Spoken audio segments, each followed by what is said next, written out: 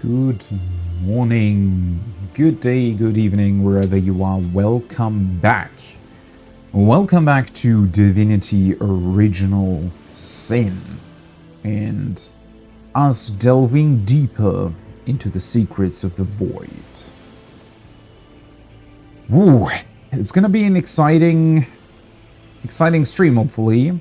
I left off at a pretty decisive moment, which I was always almost a little bit sad about that I had to cut it off there, but yeah, I really didn't want to touch any of the potential deeper secrets and subjects that maybe we're about to uncover, though obviously I can't be sure whether or not that will be happening.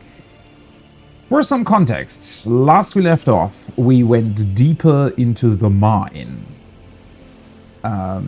surrounding Silver Glen and found some pretty interesting revelations, or, well, strange revelations, and some weird and strange encounters as well. Because the mines have been, well, can you really call it overrun? Not necessarily, but there were certainly a couple of death knights around. And when I say a couple, I mean like 6, right? So a lot. And I had to sneak past them, which went better than expected, though it did take some trial and error, which I wasn't super, excited by that it had to be done that way. But at the end, we got there. The coolest part was, though, that there was another encounter with Immaculates, who seemed to be more or less in charge of actually creating these Death Knights, which, as we later saw, there are these almost like pumps or pumping machines that seem to be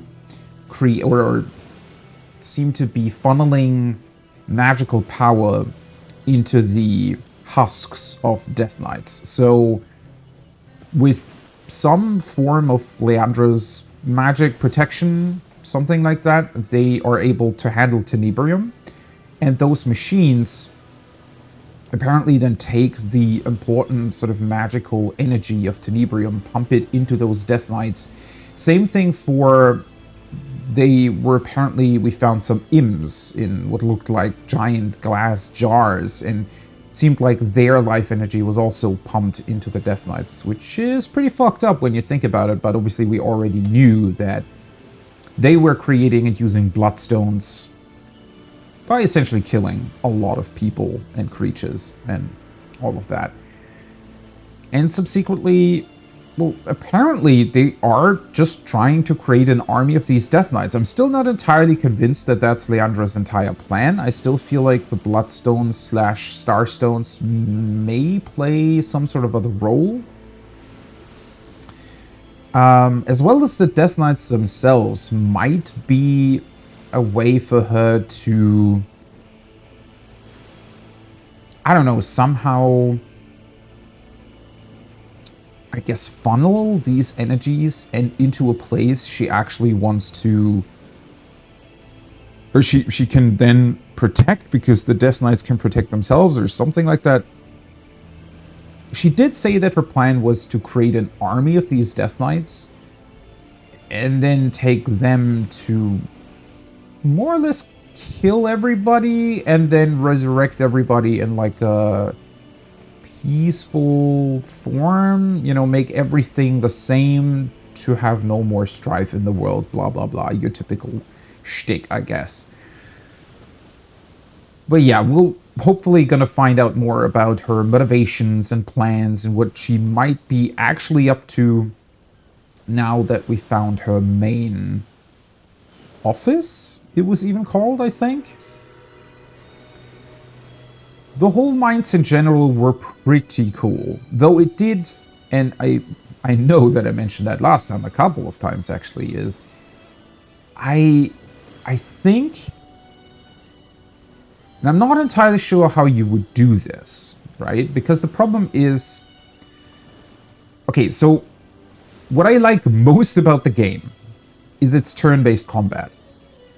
That is absolutely exceptional, and there are so many cool and creative ways which with which you can, manipulate the environment, use crowd control things, and there is so much really, really cool stuff within the gameplay, right? But a big component of that, at least for me personally, is that it is turn-based, right? A lot of these cool tactical shenanigans you can only really pull off in turn-based combat. That is always what it's not that I dislike real-time combat. There are some really, really cool real-time combat systems out there. But typically, real-time combat is a lot less tactical, it involves a lot less, I guess, intelligence to pull off. It's more reactionary and needs muscle memory, right? Whereas this more tactical turn-based combat, you can pull off some pretty cool moves and, really outplay your opponent in a way that I think real-time combat just doesn't really allow for. Although, obviously, some of that will always be subjective, right? And then one aspect for me personally is also that I feel like through turn-based combat, you can just enjoy the moment better, right? I mean, in real-time combat, the best moments are often so fast and are gone within like a split second that you almost have to, I don't know, record yourself to be able to play them back and relive them and re-experience them, or watch other streams or whatnot to go through them again, right? Where I feel like in turn-based combat, you can just sort of enjoy the moment a little bit better. This goes a little bit off topic though, but the thing that I wanted to talk about is that I wish there was a way, because the one thing that I've so far, I would say, in terms of combat at least, disliked the most about Divinity is sneaking. I feel like sneaking and the way they've implemented it just doesn't really take advantage of the cool other stuff that they have in terms of gameplay. And I wish there was a way for you to... Or you know what? Something like, I think if you enter sneaking, it should almost I don't know if that would be the best idea. I'd have to think about that more, but I wish it would do something like, right? Something like automatically putting you into a turn-based combat scenario, right? So once you enter sneaking, sort of the game automatically pauses and gives you turns in order to go wherever you want to go while sneaking. Right? I feel like that would complement the gameplay way, way better, and also just avoid some weirdness that currently exists. Because you can pull off some weird stuff that you shouldn't even really be able to pull off. And, there are some really, really strange interactions, especially with sneaking, because characters out of combat are not, under the turn-based rule set, right? So they can do a lot more, and you can sort of outplay the game a little bit and the AI by utilizing that. And yeah, I just wish that sneaking would also be a more turn-based affair. And I think, at least for me, it would have made those mines a lot more exciting if, getting past those Death Knights would have been, turns and trying to figure out, all right, I can move this far within a given turn, and then this Death Knight moves, and, I feel like that would have been way, way more interesting than doing this awkward sort of sneak by them, especially because it also ends with you just having to sneak one character past them, and then you find the waypoint and can just teleport everybody else over. I felt like that sort of cheapened the whole experience. But that's only really a minor gripe. Other than that, the mines have been really, really awesome. I also, and that is due to the fact that it was turn-based, really like the escape sequence to the mirror when Leandra summons in 3 Death Knights and wants to finally kill you, even though she still fucks off, right? I don't know why she just doesn't want to fight us herself for some reason. That might have to do with our past. We'll see about that, right? We'll have to figure that out. But I really, really like that. even though the AI really just doesn't. But I guess it sort of comes back to the whole sneaking part, right? The AI isn't really set up to be able to deal with you actually sneaking and simply getting away and out of range and, hide and stuff, right? Because I essentially threw down like a.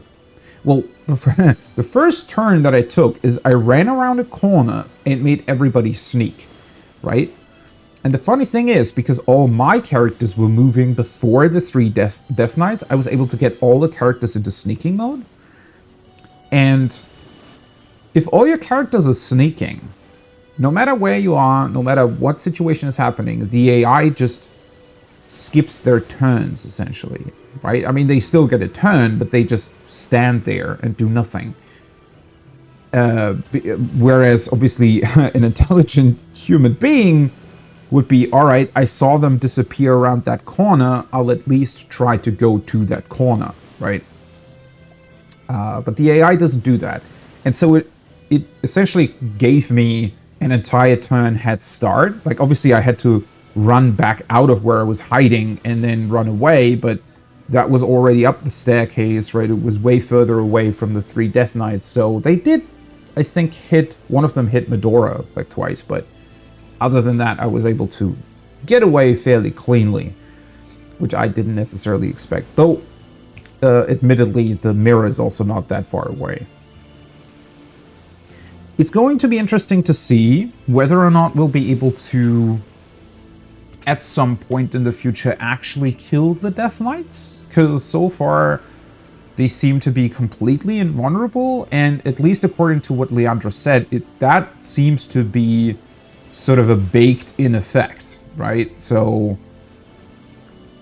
somehow something about their tenebrium armor, or I don't know what it is specifically. We haven't really found any information regarding that, but something about the process with which they are created seems to make them completely invincible. And so it's going to be interesting to see how we might be able to combat that, because I really want to fight these guys. They look like really, really exciting enemies compared to most of the rest that we've fought, in especially those almost exhaustive encounters getting to the mine with all the goblins.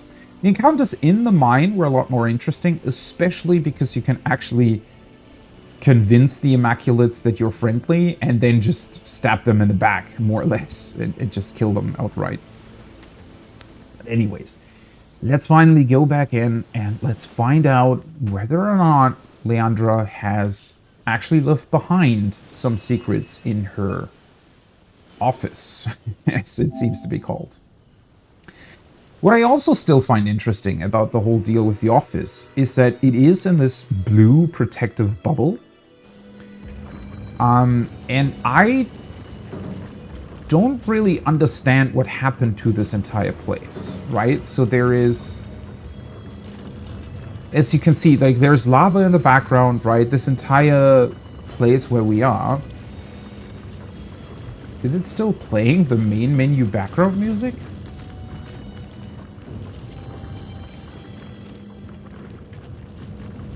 That's a new one. That's typically not happening. We'll see about that. I mean, so far, you know, I don't really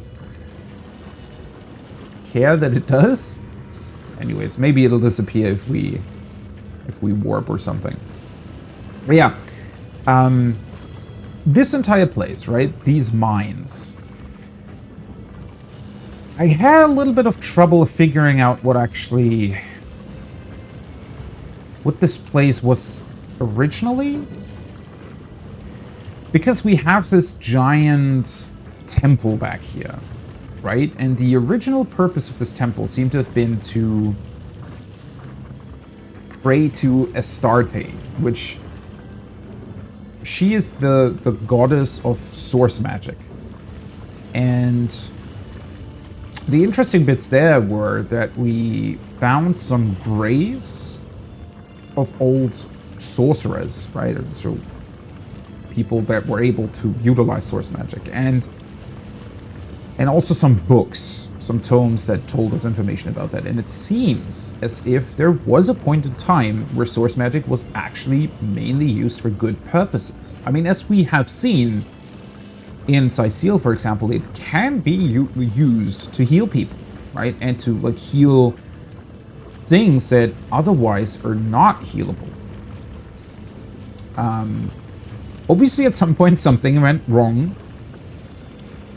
This place, though, this entire temple, seems to have been built at a time where both the goddess, but also source magic in general, still had a way higher sort of esteem, higher regard.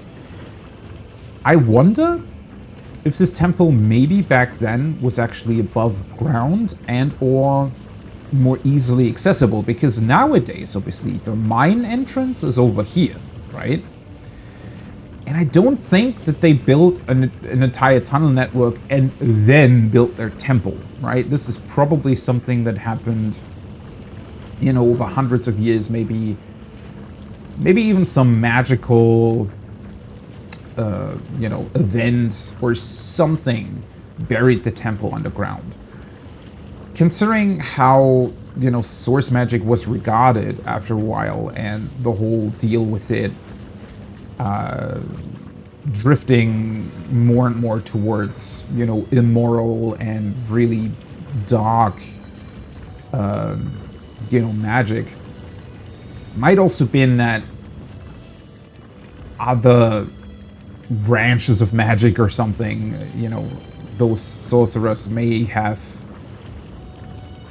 utilized some powerful magic to bury this place underground. The thing that I wondered about is the lava, right? Was that originally part of this? I don't think so. It might have been for some purpose built on top of it. I don't know. Maybe, you know, because this place here in the middle makes me think that maybe they did have access to, I don't know, some inner layer of the planet, something like that, right? Where they may have been able to utilize source magic somehow, or draw power from that. I don't really know whether or not that is the case. It might have been. Could also be that they just built this thing on a volcano or something, and might also have been that the volcano here, if it is similar to a volcano, maybe this just erupted and destroyed the temple. That might also be a thing. We haven't really found any information regarding that, but clearly this temple at some point was a lot larger and well, has been destroyed, right? Or at least partly destroyed. What is also interesting is that, you know, especially when we consider what the ghost said, it seems to be that Leandra kind of is well, she has this weird thing about herself, right? I don't think that she herself thinks that. She herself seems to be under the impression that she's actually doing something good, right? And ultimately will lead everybody to salvation or something. But considering that she's even calling herself the conduit, and that she supposedly is connected to the goddess, which seems to be referring to Astarte, the goddess of source magic, she also seems to be going directly against what this faith stood for at some point in time, right? Yes, ultimately, at least in her mind, she wants to have quote-unquote world peace, but in order to do that, she first plans to kill everybody, right? I don't think that that's really the, you know, intention or the... I don't think that that's what the original founders of this faith or order would have wanted, right?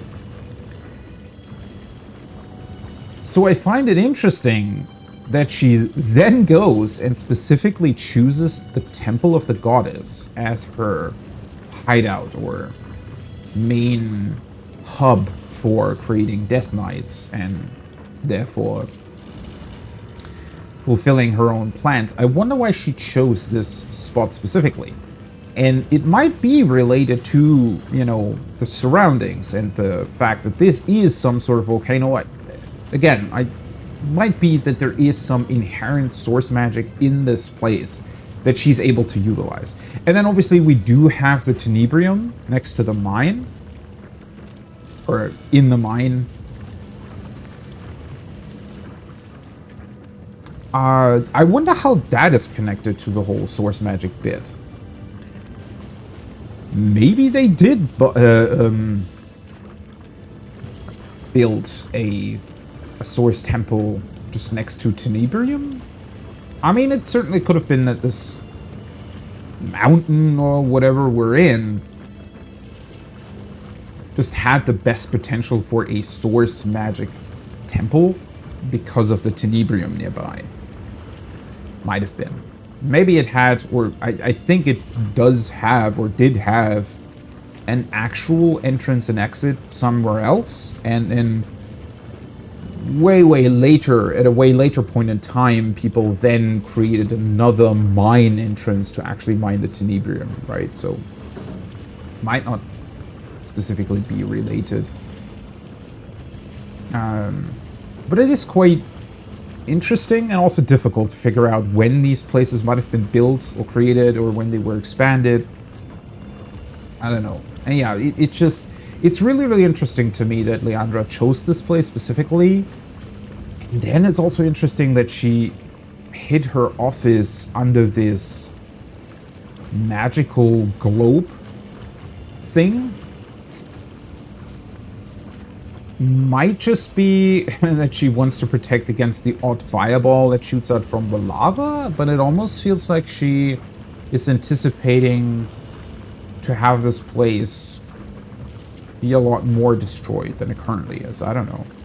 Just seemed like an odd choice to make for her. But let us finally dive into the surroundings here and see if we can glean any more information about her. Old letter. Your Holiness, the conduit of the goddess, I have ever endeavored to follow the path you have laid out for me, your devotee. I've put aside all pleasures so that I might better pursue the one way, and it has been a great honor to serve as your trusted aid. Your Holiness, I was shaken when I discovered it was the counselor, and not your devoted Evelyn, you called to assist you in the King Crab Inn that night. Have I erred in some way? Have I proven myself less than faithful? What have I done to unearn your trust? Whatever wrongdoing I have committed, I will atone for it. Your devoted servant, Evelyn.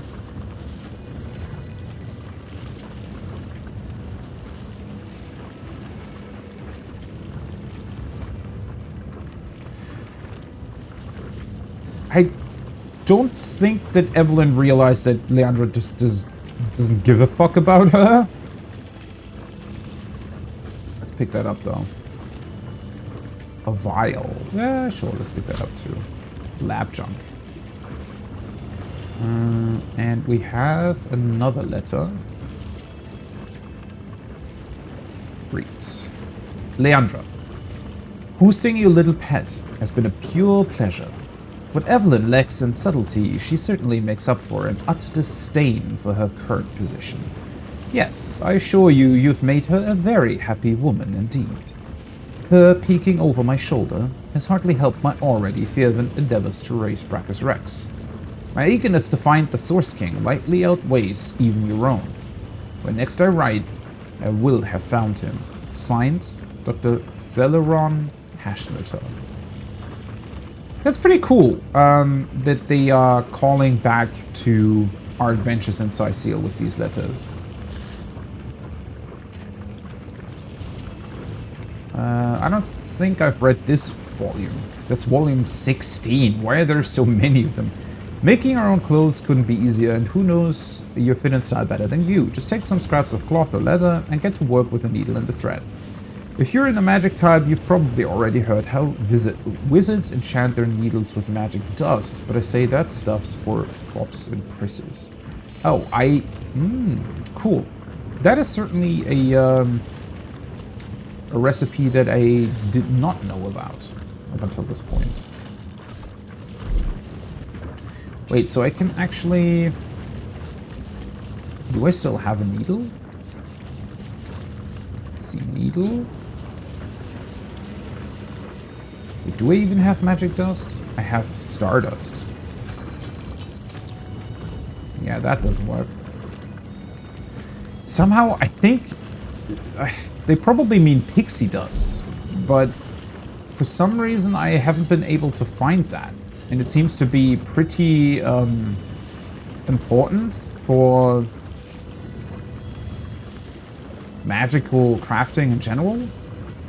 So it's a bit odd, the whole thing. Another letter. Sister. Was this Ikara?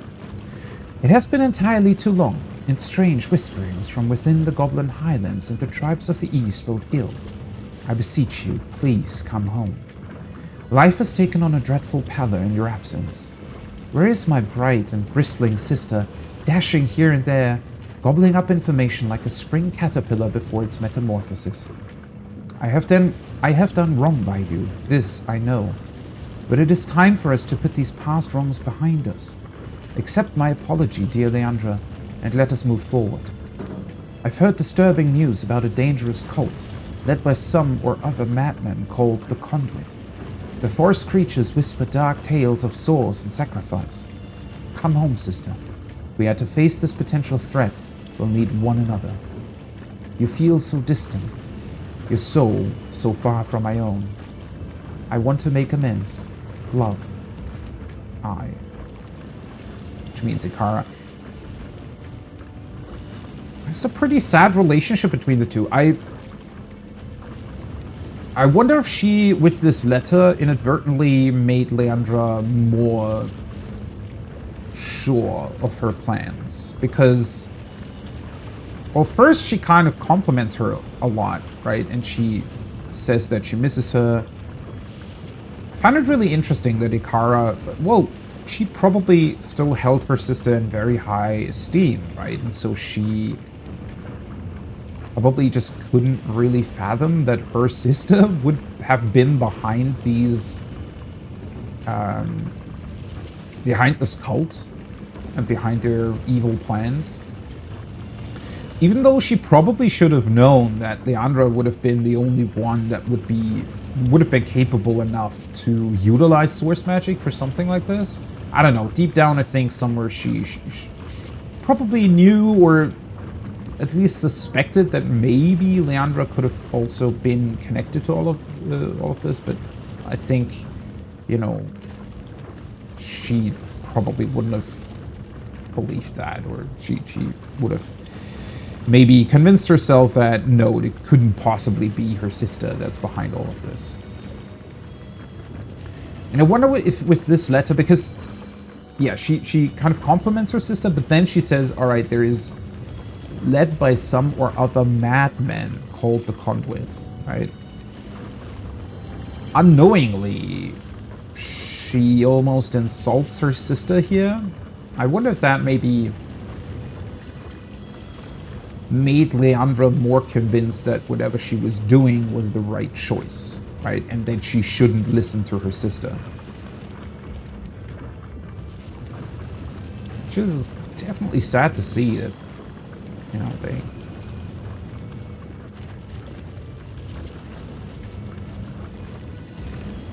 they weren't really able to deal with their differences, I suppose. Oh, another one for the collection. Okay.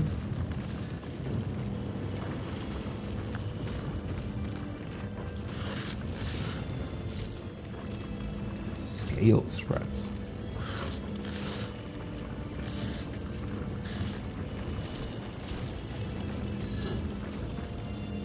Definitely not the biggest fan of these random barrels with random pieces of loot in it. It does obviously, you know, clutter up the environment a little bit, but I almost wish they would disable random loot spawns in places like these, right? And just made all of them either just background or at least make them have no loot in it. Okay, I think I want to go up here last. Seems to be the most important bit about all of this. The site over here mainly seems to have been for potential experiments. Probably her trying to figure out the best way to create these Death Knights so that they would be, you know, the strongest they can be. I mean, this definitely looks like what could be a schematic of a Death Knight body, right? Which honestly looks pretty fucked up.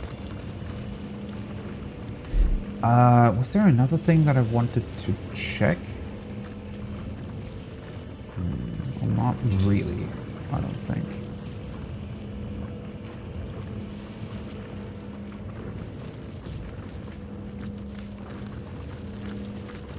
Okay, let's see over here then.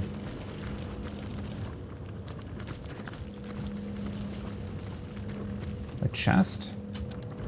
Ooh. A belt, a one-handed wand. Some gold.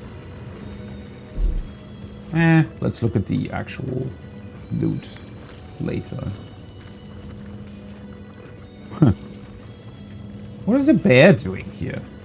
Almost seems a bit too cozy, right? For, I guess, the environment. Let's take the gold cups. Tales of the Seven Gods. I don't think I've read that yet. Volume 1. Not sure. Definitely found, at some point I did find a book about the gods. Oh.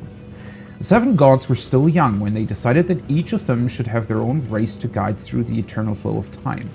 And thus it happened that Ralik, the most powerful of all gods, became the patron of the humans. The burly Judah created the dwarves in his own likeness and even lived alongside them in the mountainous caverns. Sandelius, the poet, went into the woods and created the elves. He blessed them with near immortality and wisdom. The reptile goddess Solstiça wished to command a proud warrior race, and thus she created the lizard people, fierce fighters from the wastelands. The god Rogier, renowned for his brutality and violence, created the orcs and enslaved them for more than 300 years before he left Rivellon. Xanteza, the goddess of mirth and laughter, wanted an intelligent race versed in the arts of magic around her. She created the Imps, who were talented magicians and engineers. The goddess Amadia was an outsider, preferring to live in complete solitude. As the centuries passed, the six races spread over the continent. One day, Amadia's dalliance with a wizard resulted in the birth of several demigods. She granted her lover immortality and decided that she would act as the patron mother of the wizards. Although wizards are not considered as a separate race, they had their own goddess to whom to pay tribute.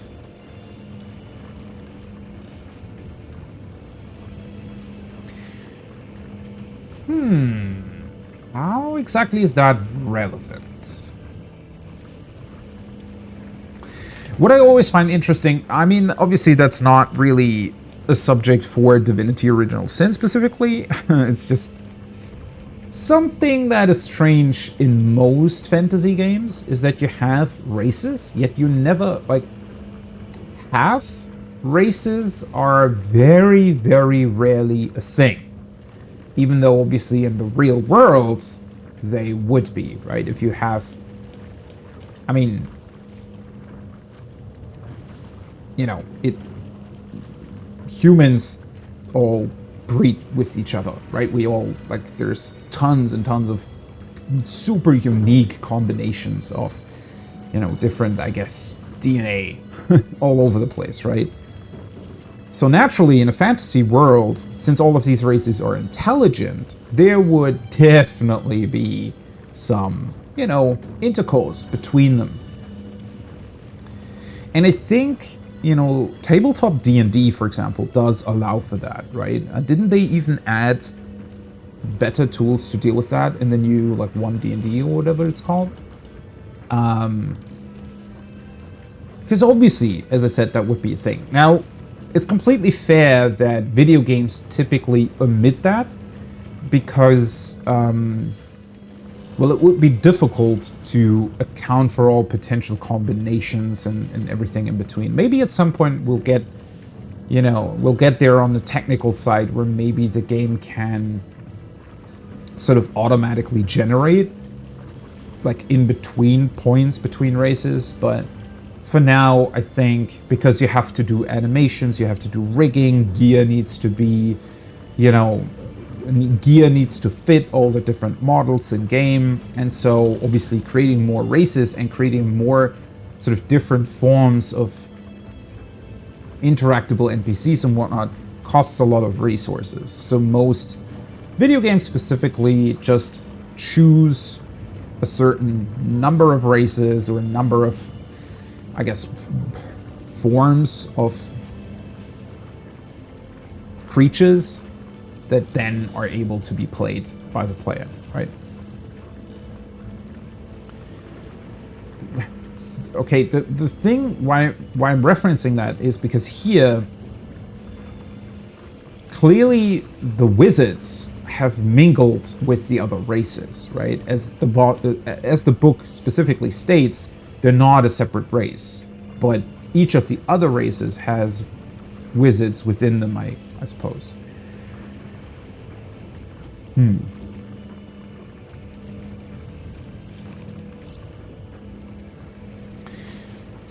You know, of course. The way they're describing this here, though,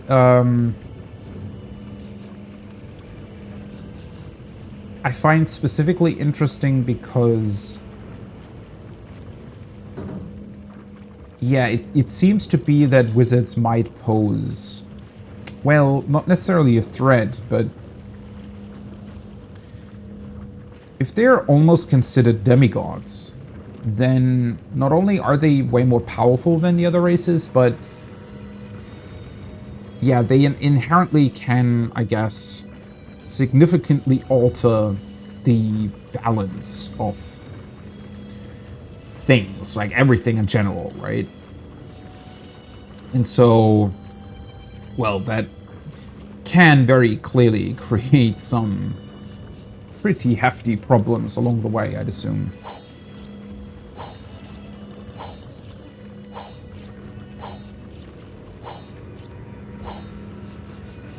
Oh boy. Let's identify this. Maybe somebody can use it. Snebrium resistance and bodybuilding.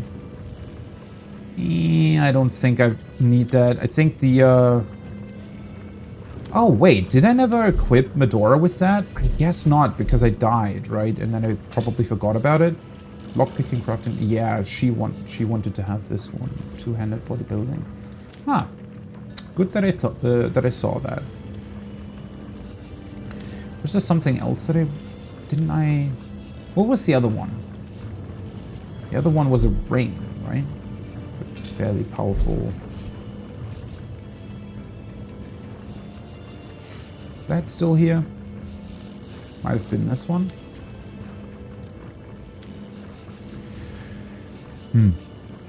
I also got a 1, didn't I? Which is this one. +1 leadership, 25 chance to set muted status. 65, 108. That's level 15, so I wouldn't really be able to utilize it anyways. I was gonna say this one could be used by Lillian, but the problem is that she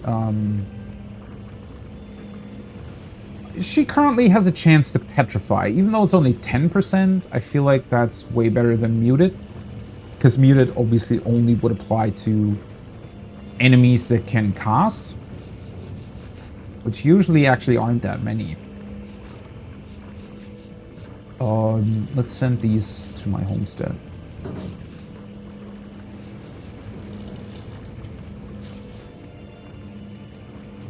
Which should yeah, unburden me for now. Row of books, alright. Well, there's actually a couple rows of books here. Definitely want to have this one. No interesting books, though. Another empty bottle, and this should be a healing potion? Yes. Another old letter. Man, we're really digging through all her backstory and whatnot. I like the table design. You see that? It's like a weird bird head. And then it just has like a long throat and just ends in a claw. It's a pretty cool design. Looks obviously a little bit dark, fucked up, but really awesome. All right, who's this from then? L. After so long without hearing from you, I had feared the worst. You were so angry that night. Thought the fire in your eyes might scorch us. Oh, this is from, what was his name? Somehow I always, like the one that, they both liked, and Ikara ended up being together with, which fucked up the whole relationship between the two sisters. I thought the fire in your eyes might scorch us. I would have deserved to burn on the pyre of your rage, yes. A more fitting fate for my coward soul I could not have devised. When you slammed the door behind you, every candle in the cabin snuffed to smoke. Something died then. Something within me, within Ikara. You were gone, and we didn't know if or when we'd get you back. You must know how dearly, even then, you were wanted. How my heart sobbed, begging me to go after you. But I was stuck fast to where I stood and to the life I had chosen. And 2 years passed this way. My arms began to forget the width of your waist. My fingers no longer itched to comb through your wild mess of hair. Then, your letter. Of course I will meet you at the King Crab Inn. Of course I will. Z. Man. This is both really sad and also really fucked up, right? That the relationship between two sisters and a man potentially fucks up the entire planet just because they happen to be incredibly powerful. But then on the other hand, it is also very sad because you can definitely see and also empathize with the fact that they were in a very difficult situation, right? Because I mean, could they have maybe lived together, you know, all three of them and still make it work somehow? Maybe.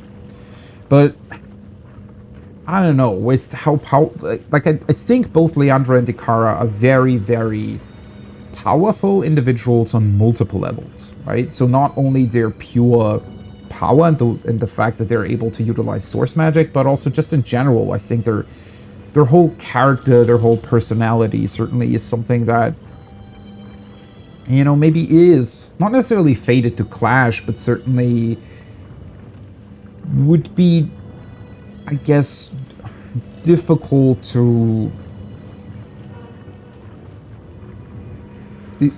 I do think they're characters that would have difficulty trying to make a sort of triangle relationship work, right? And because I mean, as you can see, right, Ikara and what was his Zelendor, I think, is that his name? There was a weird like AE combination in there that I wasn't quite sure of, but you know, they started being together, and then Leandra just immediately, you know, is out there and wants to just get away from them as far as possible without even listening to them or, you know, consider anything really.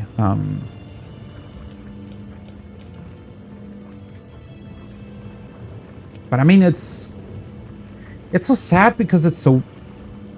There is no good outcome here, right? I think had they all sort of stayed together, the three of them, but never really started a relationship with one another, then they probably would have...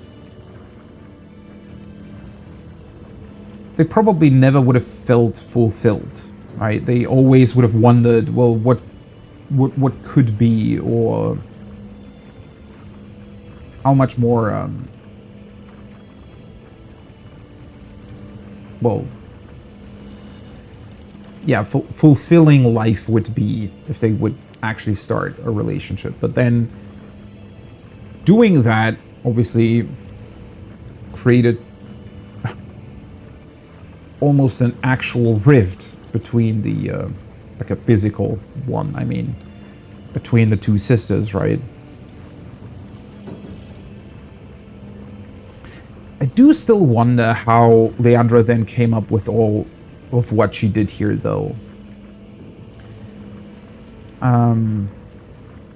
Because it doesn't really fully seem to fit her character, right? I still don't really see the leap from, oh, I've been betrayed by my sister and I'm jealous of her, and then to, I mean, well, you know what? Maybe the reason why she's doing this is because deep down, she might think that stopping all, war, stopping all problems between people will also stop this jealousy of hers, right? Maybe she thinks by, creating this void world, or however she actually wants to accomplish that, maybe she thinks that in such a world, something like what she had to endure with the jealousy towards her sister just would never happen. I guess that might be her angle, but I still think that there's more to it. I still think that there somehow could be maybe Astarte. Well, it doesn't really fit with the goddess that we've heard about so far. Maybe there's also some darker, either equivalent to this goddess or some darker side to her that just wasn't really known about back in the day. But I do feel like maybe there is some higher force at play here that is also utilizing Leandra, right? And as soon as she had these feelings of jealousy and these, really, really strong emotions against Zalindor and her sister, maybe at that point some really, really strong source being or god took advantage of that and told her in sort of a deceiving way, hey, by the way, if you fulfill my plans, if you fulfill my wishes, you can create a world in which those dark feelings that you now harbor will never come to pass, right? They will never exist in the first place. And then she thought, all right, well, then I guess I'm going to try that. I don't know, because, well, again, I can sort of see why she would maybe want to do what she's doing, but at the same time, I still think that that's a pretty big leap to just sort of take on your own or think of on your own. I think there might still be some sort of other thing that pushed her towards this. Leandra's web weaves wider than I could have imagined. This is no rogue witch. This is a conspiracy.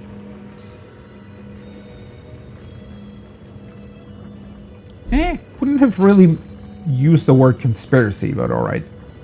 Source Hunter's Journey. We discovered Leandra's papers. They reveal dark plans and intense emotional turmoil. Whatever Leandra is planning, she seems to be both disturbed and powerful enough to accomplish it.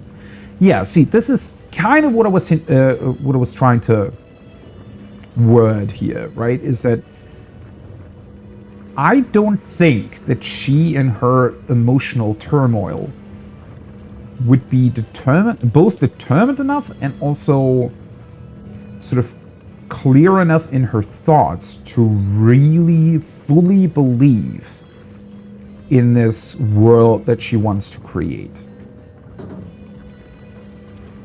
And so I think there might be some other entity. I mean, we have heard something about a void dragon at some point in time, right? It hasn't really come up again, but yeah, whatever else there is, possibly above or sort of behind Leandra's plans,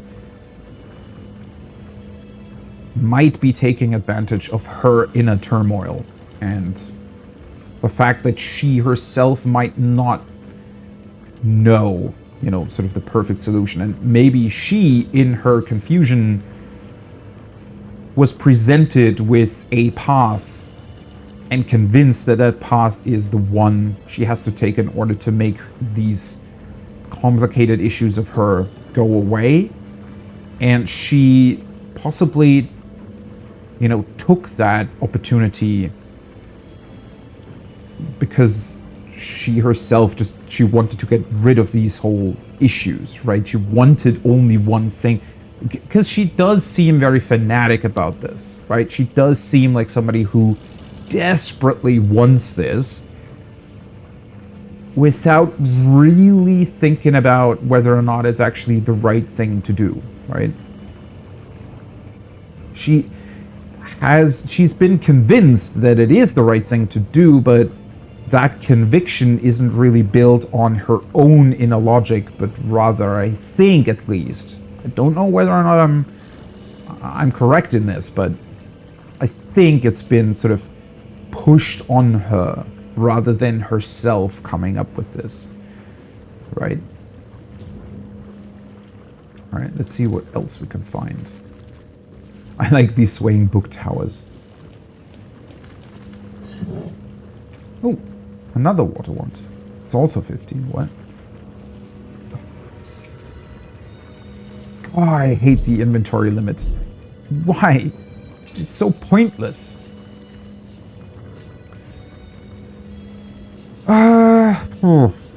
Anything else that... I can send this to my homestead, I think.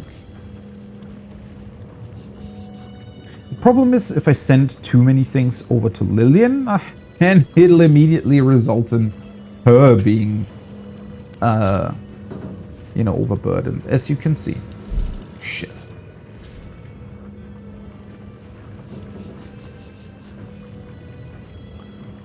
Did I want to keep the nail bombs on her? I don't know whether or not that really makes sense. Let's maybe put those on Medora.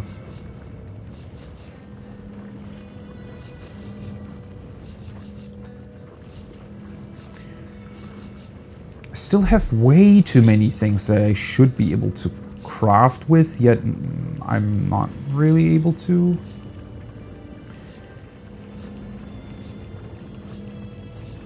It's so sad because I feel like the crafting is both really, really awesome and yet at the same time just... I mean, yeah, it's just the biggest issue with it is just that the game's already way too easy without crafting overpowered stuff, right? So you kind of just neglect it after a while because you feel like, well, if I actually engage with it, I'm gonna make myself even more powerful than I already am.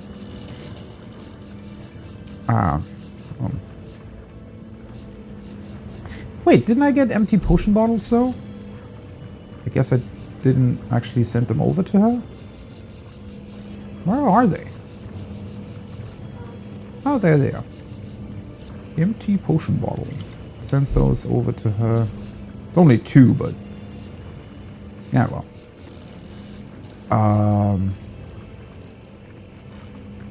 How do I create better healing potions, by the way? I feel like there should be a way to do that.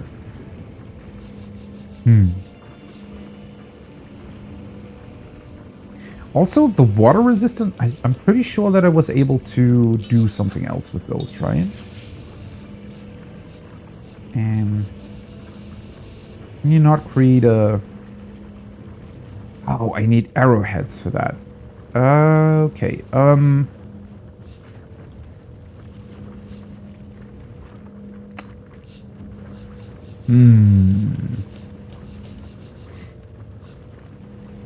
guess I did never find out how to create arrowheads, did I? I mean, there should be some way to...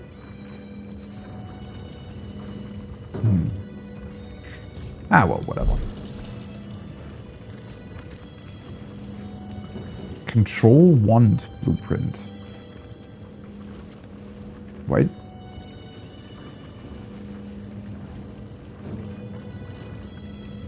This is pretty cool, by the way, because you can, I think, that would be Ikara, right? On the top right. Top left is, top left. Bottom left is Arhu. Top left, that might be Zelandor? Zelandor? Zelandor? I think Zelandor. Might be totally butchering this, but...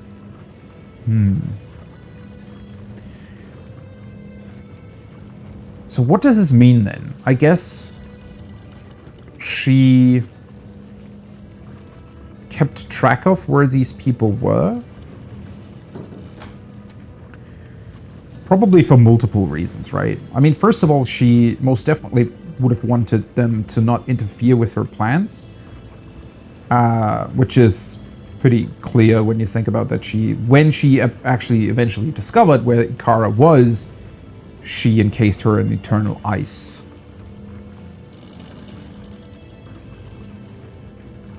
I wonder why she never really tried to capture Ahu.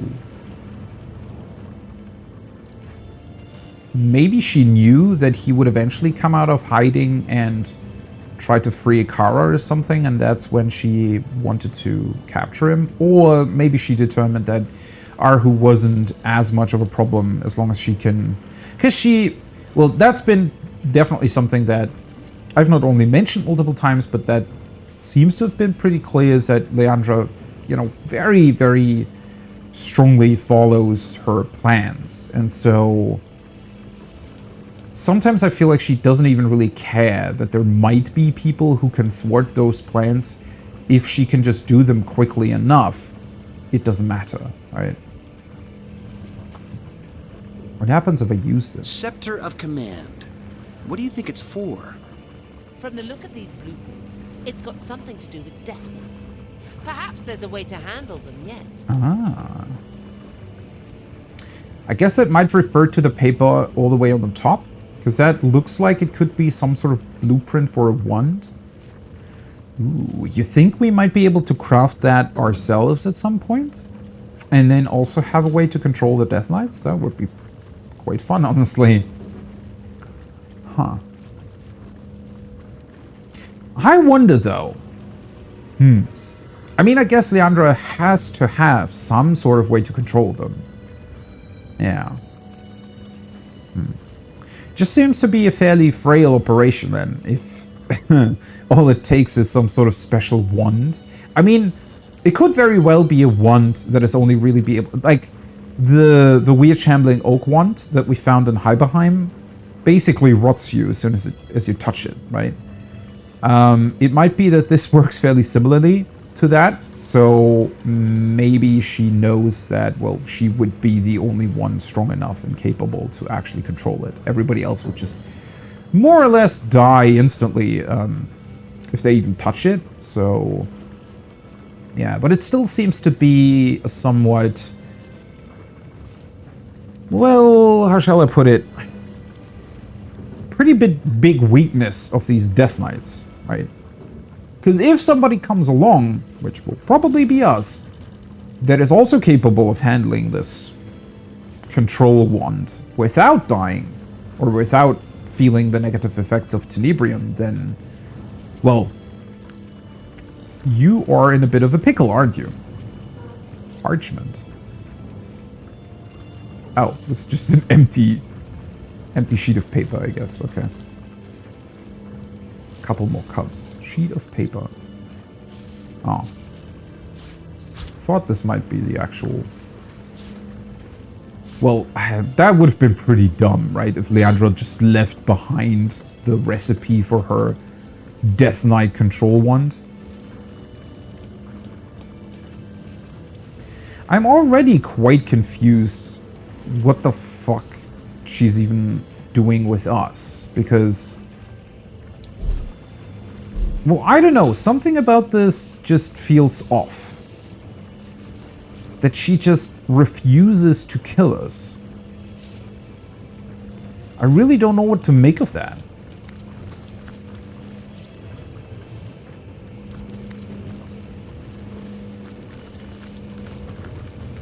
Right? I mean, if she had just, she wouldn't even have to, because I think I said last time something like, maybe whatever past we have is somehow keeping her from engaging us herself?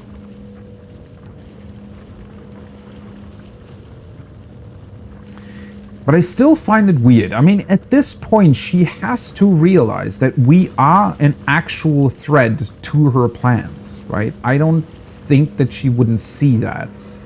And so I wonder, couldn't she have, for example, just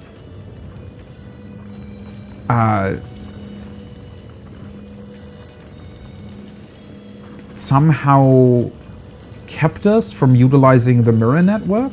So that we actually would have been trapped together with the Death Knights? I don't know.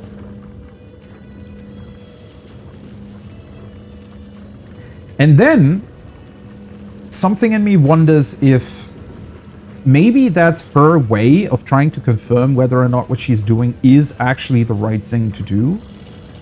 Right? I mean, if she was really, really confused, and or still is, and some sort of other powerful entity pushed these ideas on her.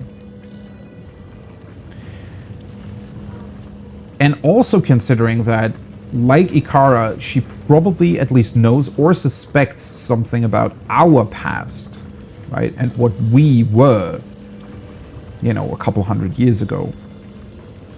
What kind of creatures or powerful sorcerers or whatever. You know, considering all of those things, maybe the way she's been handling it so far is that we are sort of her, I don't know, in a weird way, her backup plan or something? Not really backup plan, but some way for her to confirm that whatever she's doing is actually the correct path, right? So maybe she feels like if we can stop her plans, right, somehow, then maybe they weren't supposed to be successful in the first place, right? Maybe that's what she's, in a weird way, because that's what humans sometimes do, right? I mean, there are people who want to commit crimes or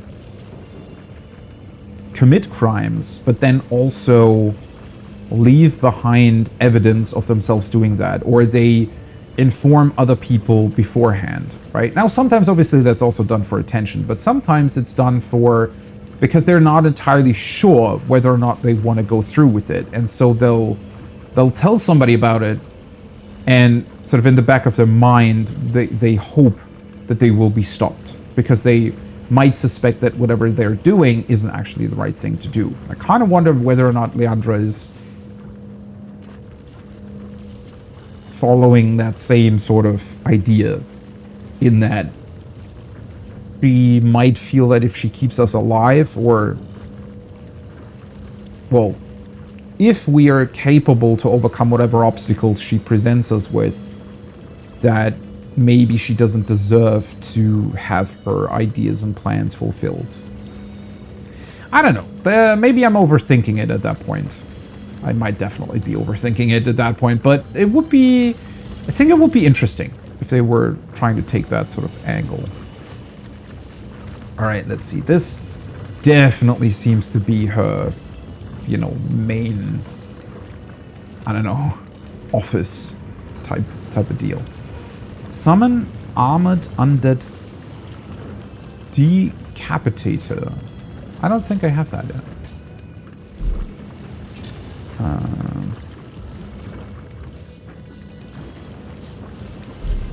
I don't know if Lillian can learn it, though. That would be witchcraft, right?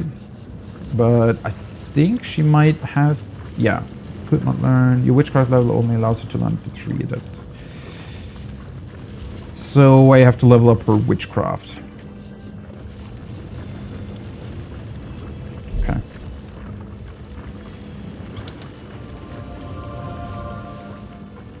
Unidentified mystical earth staff. And of course it's a 2-handed staff, which I won't be able to use.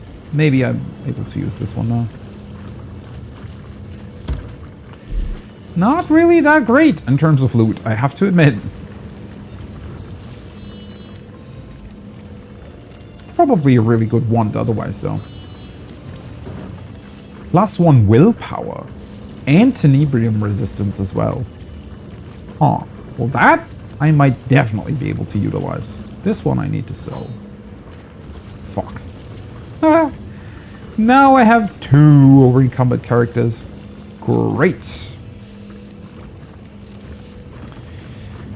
Anything else that I can send away or something?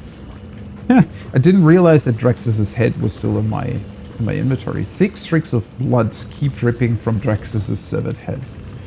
Nice.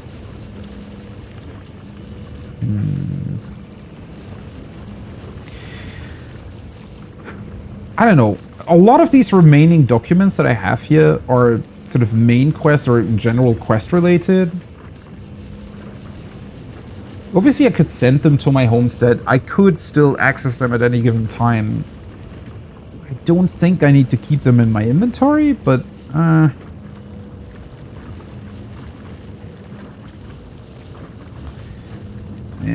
this is all really annoying. Thunderbolt grenade.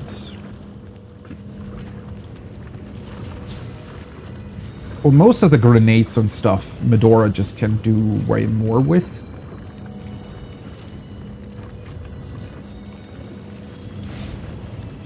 Gonna keep this though. What was this again? Trade water surface. Cool. I desperately need to sell a billion different things, but I don't want to leave here now.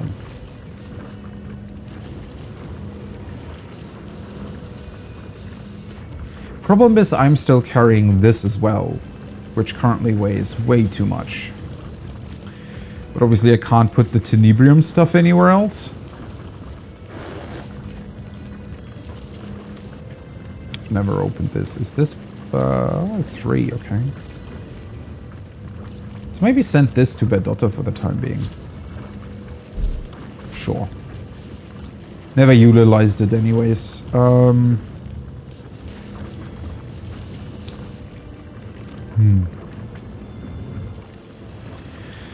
Ah, man, if only I could craft a lot more stuff.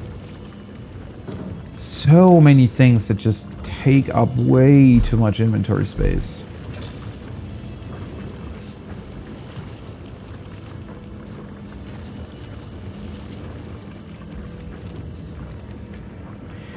Can I not create... Wait, can I create leather straps?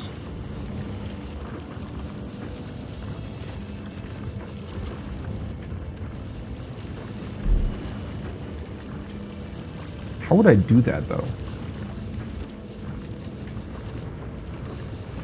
Problem is I don't have scissors. I have a hammer.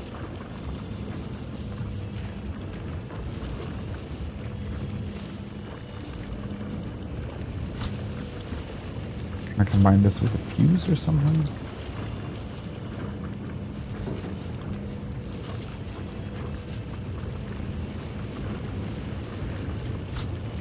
Yeah, I don't think this is gonna work.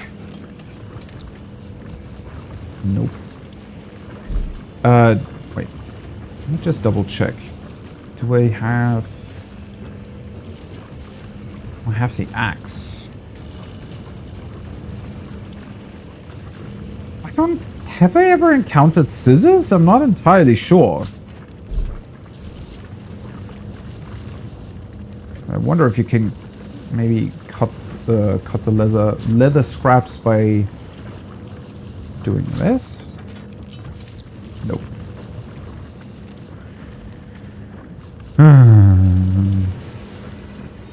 Unfortunate.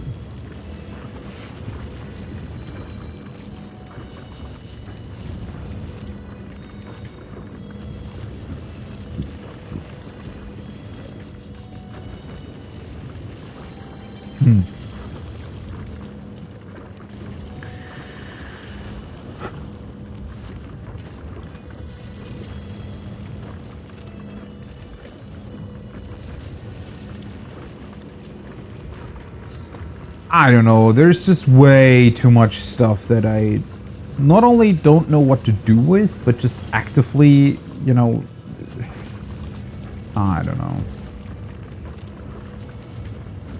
It's just in these two Medora for now. What about miss her inventory? Yeah, she's carrying way too much. Oh boy.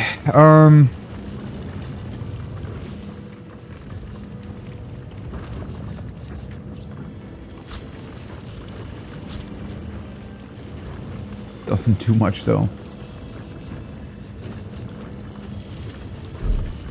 Wait, wasn't that wood chips with a water bottle or something?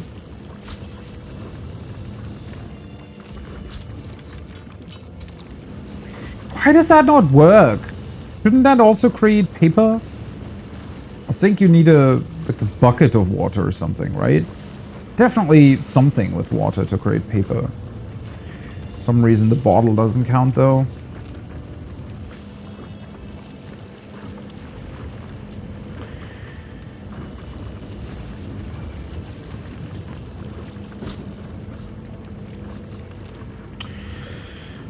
Oh boy.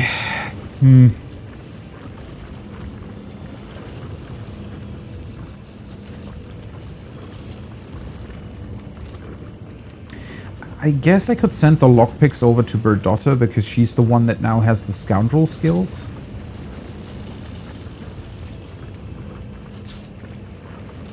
Maybe that makes more sense for now. Sure. Let's do that. Leandra's spell, lab notes, and 2 feathers. Wonder if I need the feathers for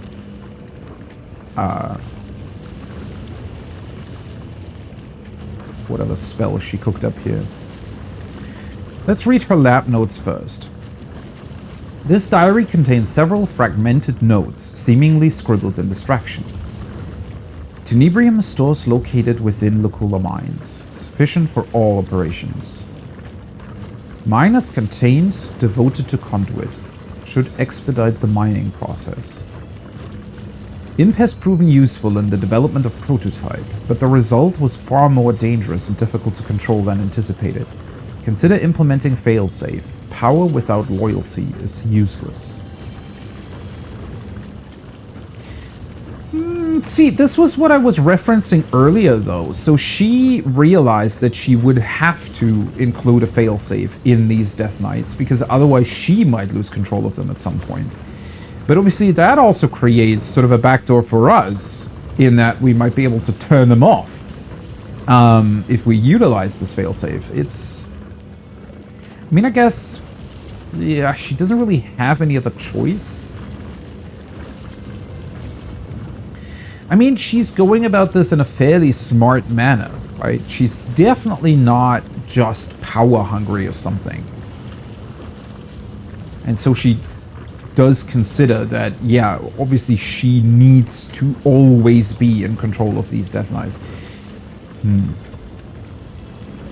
The key is blood, bloodstone, and my own contribution of life make the resulting knights loyal to me in every way. Still, danger must be further mitigated. Interesting. This doesn't elaborate much. But as I suspected, there's definitely another reason for why she is specifically creating bloodstones.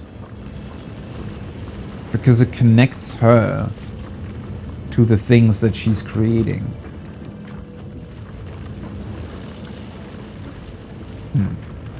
Have developed method to make knights vulnerable if it should become necessary to dismantle them. The spell and the blood suffice.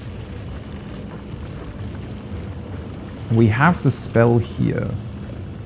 First fully functioning prototype created, a beauty to behold, totally loyal to me. Immaculates will oversee continued production of knights. I expect that soon my army will be ready to march. Huh. It doesn't really elaborate on how the Bloodstone control works, though.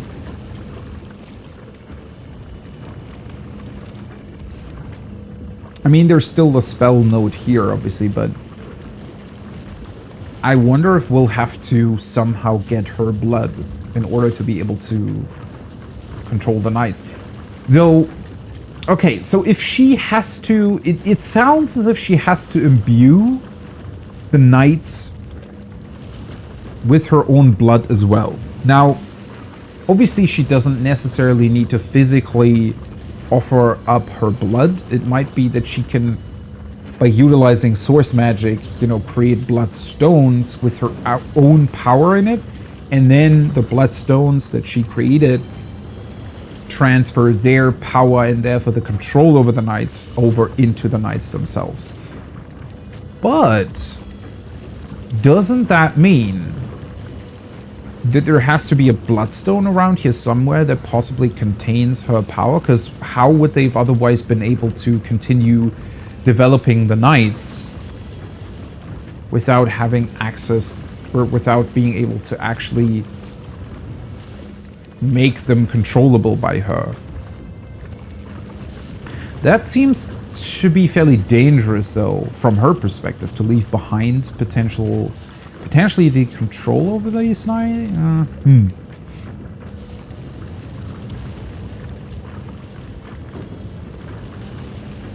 Okay. Let's definitely take this with us. And then we have, if I can actually target it, the spell. Read. Combined with the blood of their mother, this spell revokes the blessing of invulnerability granted to the Death Knights. This incantation ought only to be used in the event that the Knights do somehow threaten the final Immaculate objective, as laid out by the Conduit herself. Huh. Funny, so this is actually written not by Leandra, but by somebody else. So she did confide somebody into the fact that they can be dismantled? I wonder who the person is that knows about this besides her. Combined with the blood of their mother. But that's her blood, right? Okay. Do you think that because Ikara is her sister and therefore technically carries the same blood, that she might be able to also create and use this spell if she draws her own blood into a bloodstone or something?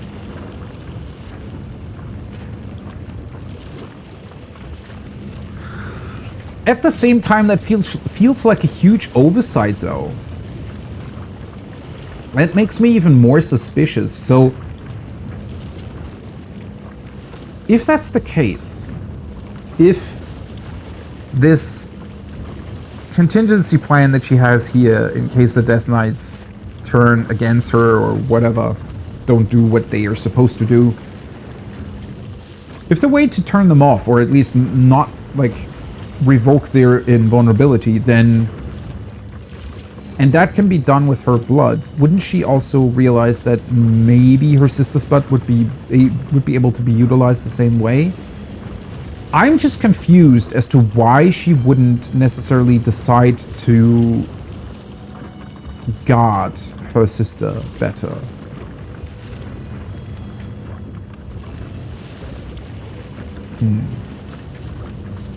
Because that's a weird one, right? I feel like basically putting the care of looking over her permanently frosted sister and, you know, putting that only on King Berez, who seemed to be a little bit of an idiot, right? And didn't really know why he even wanted the power he got. I just wonder... Isn't that like a huge flaw in her plan? I mean, I've wondered about this a couple of times, and, you know, even now, I talked at length about the fact that maybe she thinks that if somebody is able to actually free her sister, then that's how it should be. And maybe if somebody is able to stop her, then, you know, that's her destiny. I don't know. I find it so weird that she... Because she also met us in Heiberheim. Why didn't she try to stop us then? I don't know. Remarkable. With this spell and the so-called blood of the mother, those Death Knights will be at our mercy. Leandra won't stand a chance. This could all be over sooner than we thought.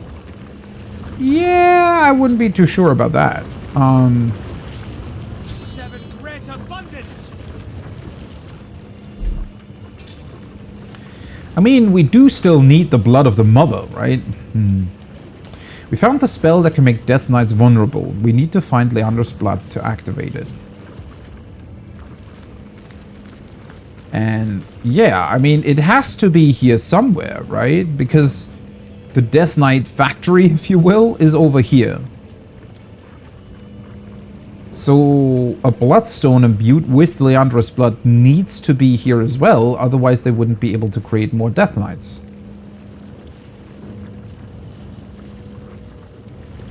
I don't know, I feel like, well, it's difficult to say because I also don't really see how Leandra would be able to create these Death Knights without doing what she's doing. I don't really see any way around the fact that she has to leave one of her bloodstones with her own blood imbued in it. You know, she has to leave that behind, otherwise this whole process just doesn't work. But yeah, at the same time, that is a pretty big weakness, right? If somebody is able to come in here and potentially, I don't know, manipulate that somehow.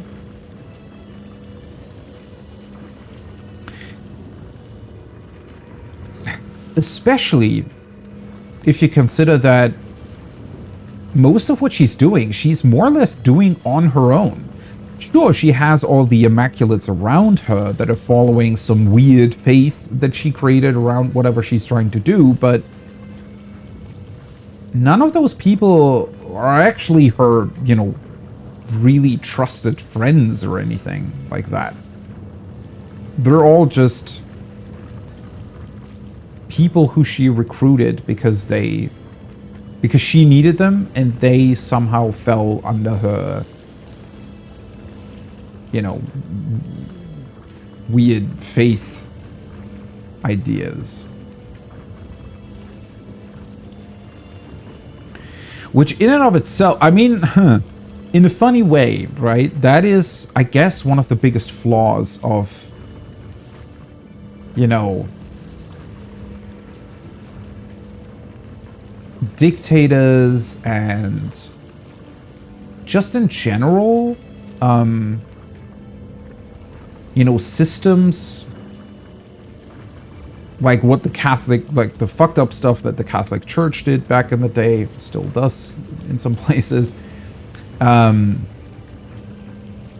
Because whenever you have something like that, that is clearly built on a flawed principle, right? Because that's always the case, right? Whether or not you consider, I don't know, the Nazis or, as I said, Catholic Church, you know, all the fucked up, I guess, institutions that have existed over the course of humanity's history, I feel like their biggest flaw is always that their fundamental principles are always, well, obviously wrong to begin with, right? So they're sort of twisting something that is true into their own fucked up version, right? And then they're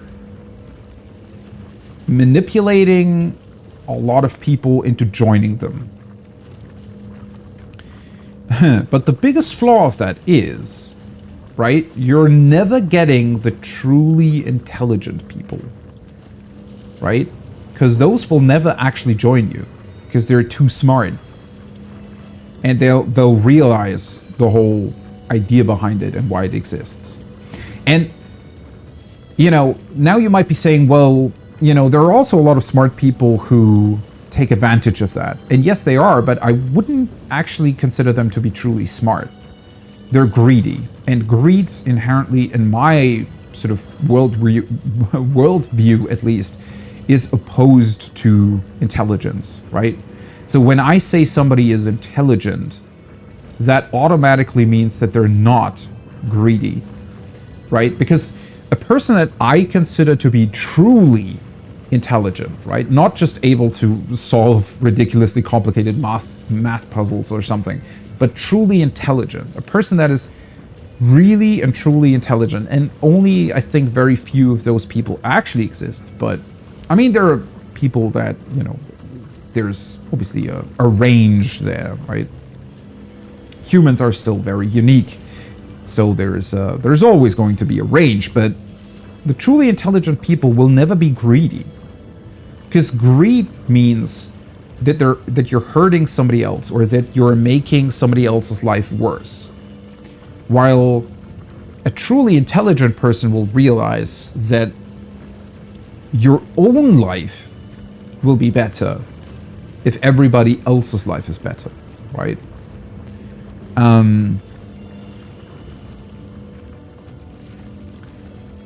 And so with those sort of definitions, I guess, of intelligence, these, you know, institutions or systems that have existed over the course of human history, and you very clearly see that. I mean, you know, when you look at China's current system, you know, Russia, certainly systems in Africa that are very, very frail, South America, the US obviously as well, you always see that they have a lot of trouble. And I mean a lot of trouble actually stabilizing and, I guess, keeping the current structures. And also, I mean, China is just sort of a prime example of that, because especially over the last couple of years, I feel like they've more and more fallen into the trap of thinking that because they're powerful in a lot of ways, they also can cement their power. But that's not actually the case, right? That's sort of, they're undermining themselves by doing that, because they're stripping themselves of a lot of potential that they could only realize if they wouldn't be so power hungry, right? And trying to keep themselves in positions of power as well.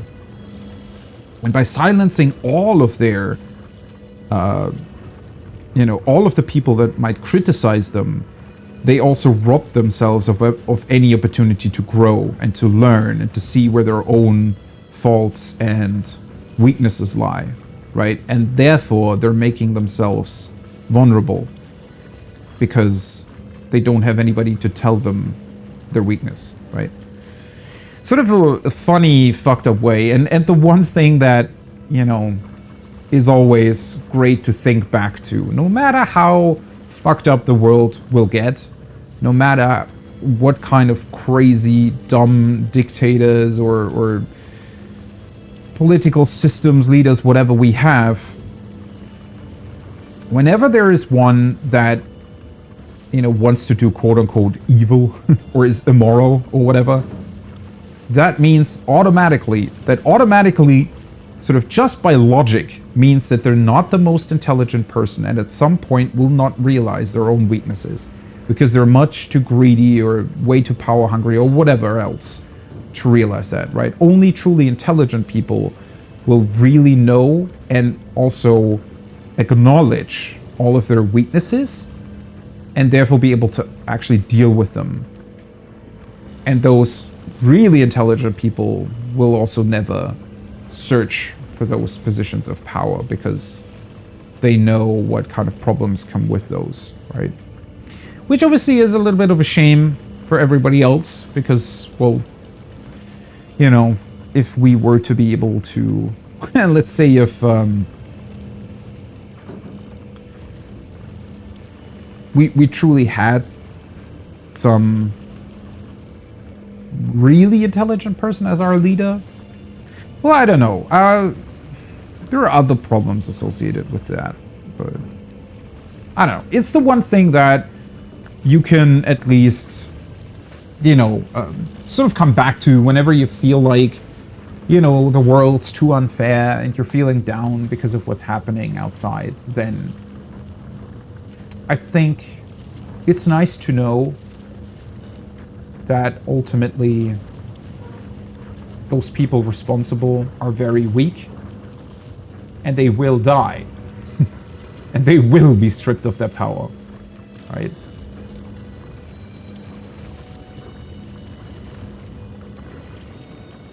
And their systems will be overturned. It's just an eventuality, right? Might just take time. Sad thing is, you know, in terms of a human scale generation, that time might seem long. If we consider, you know, the lifetime of our planet, the environment that we seem so keen to destroy nowadays, the environment doesn't care, right? If it wants, it'll just kill all humans, and a couple of thousand years later, it'll be back to normal. No big deal. It's just we won't be able to see that.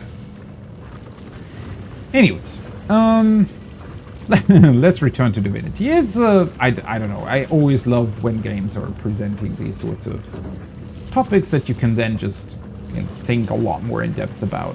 There's so many very, very fun angles to explore there. And I'm not saying that I'm even right in all of what I'm saying. It's just fun to think about sometimes, right? It's just a fun thought experiment and something to ponder over.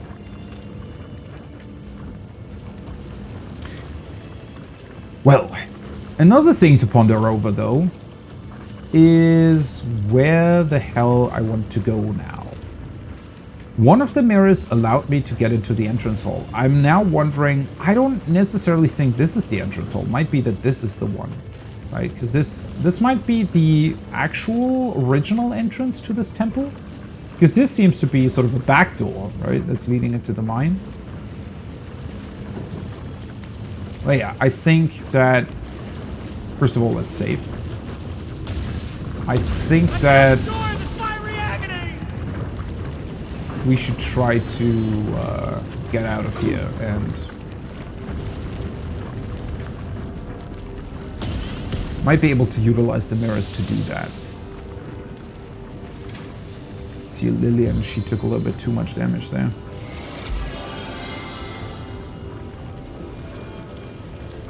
I just saw this statue, by the way. This one? Almost looks like it could have been a, maybe an inspiration for the Death Knights? I wonder who this was. This is probably some sort of powerful knight that in the past watched over Astarte's faith. The people that believed in her. A hurried choice is never wisest. Considerations will behove you. The crypt or library, both may move you. A hurried choice is never wisest. Okay, so every mirror only ever has two choices. One of the mirrors allows me to go to the entrance. Was it the one in the crypt or the one in the library? I went to the library first, right?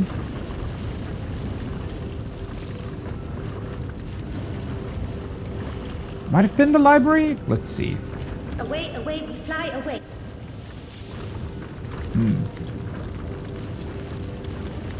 I wonder if you can accidentally, you know, run past the whole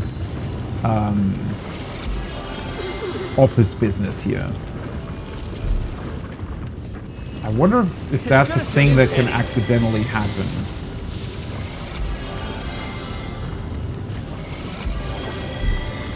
This is so annoying, by the way.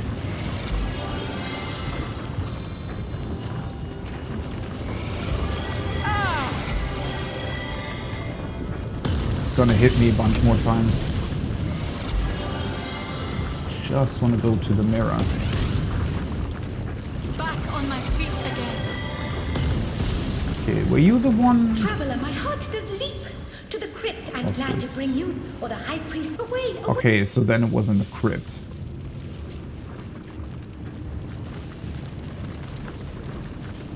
Oh, I was gonna say, is the ghost not here anymore? But it sure is. Let's talk to him once again. Greetings, wanderer. What brings you to this house of the goddess during this? Okay, so he doesn't get any new dialogue.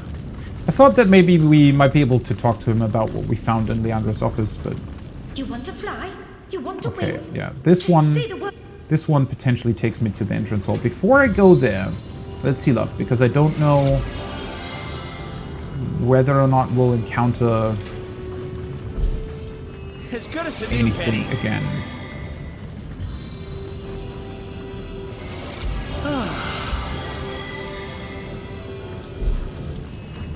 You want to fly?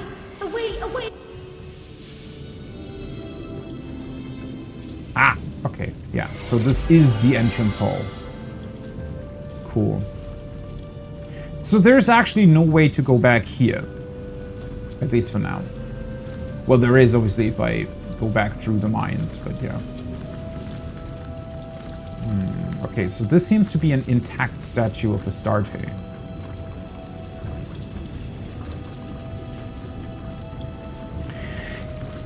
Especially with the way they depict her in these statues, she does seem to be a pretty... I don't know, this obviously doesn't look like the statue of like a death goddess or something, right?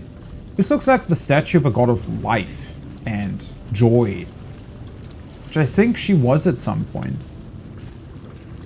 Also with the water jug there that she's holding, I wonder if that sort of represents the flow of life that source magic is able to give you, or able to manipulate, I guess. Well, manipulate always sounds like a little bit of a bad word, but oh, there we have another mirror. This might be able to transport us back to the Death Knight factory. But yeah, water, you know, not only can be a symbol of the flow of life, but also the fact that you can manipulate said water, right? Manipulate its flow. A hurried choice is never wisest. Considerations will No. behove you. The crypto library. Interesting. This can only take you to the Krypton library. So there is no way, at least for now, with these mirrors to go back to that Death Knight factory thing. Let's quick save. Okay, Lillian, did she just run into that stone? That looked weird.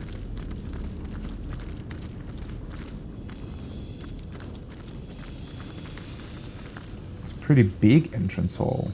Ooh. Oh boy, I feel like there is still a lot more to come in here.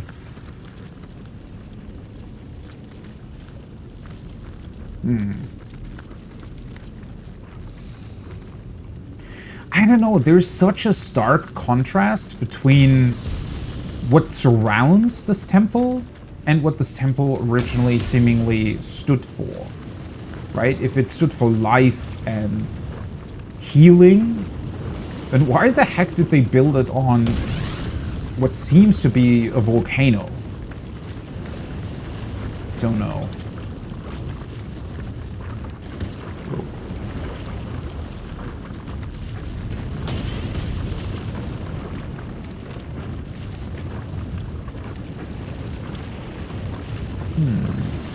I could actually cast rain, right?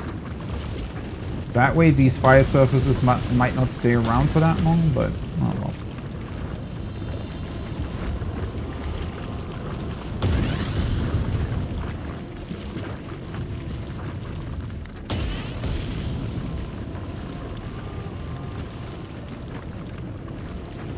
The whole place is falling apart though. mean, considering that it's been trembling this entire time, I wonder if we even will be able to get back in here, or if the whole thing just comes crashing down at some point. Hey, another mirror.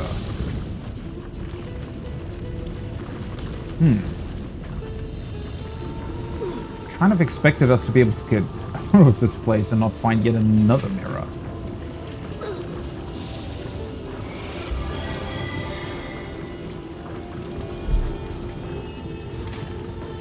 Ascension time! Hey, my friends!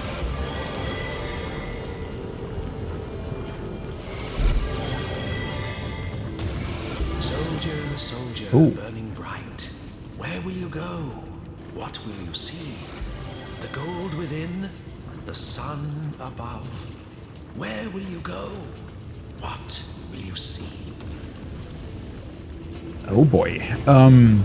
Okay, so the sun above sounds a little bit as if it will get us out of here, right? The gold within sounds as if it might take us to some sort of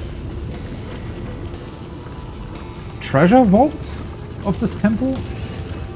Okay, let's quick save again. Let's go to the gold within, because just leaving this place feels kind of like a letdown. Soldier, burning bright. The gold within cannot be reached. My paths have all been mangled, breached. The gold within cannot be reached. The mirror almost sounded sad. That obviously isn't able to be reached anymore. I guess then we're just getting out of here. Prepare to bask beneath the sun. For your freedom you have won. I'll send you now, hold fast your party. Goodbye, and blessed be Astarte. It's a nice rhyme.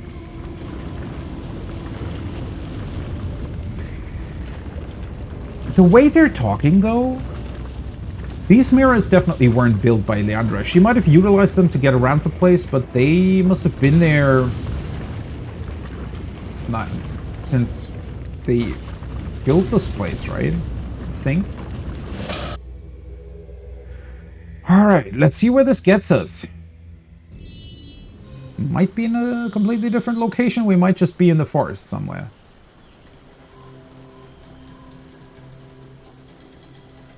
Ooh, that's awesome.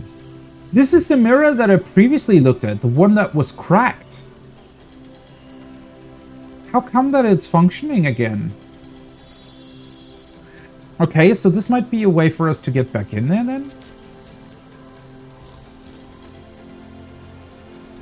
How strange. There are even the dead orcs still that I killed. Yeah, how strange that this is suddenly whole. I wonder if somebody helped us. I wonder if somebody was able to repair this mirror and get us out of there. Because that might also explain why Leandra might have thought that we were done for and didn't really care. Because I mean, whatever she did, right? It made the whole place tremble. So maybe the reason why she left all her notes and that spell behind is because she thought that she had now accomplished what she wanted to. And by bringing the whole place crashing down, she probably thought that she would get rid of both us and all of her notes and destroy them so that nobody else was able to read them. But she might not have accounted for the fact that these mirrors are still active and might be able to bring us out of there. Could be, right?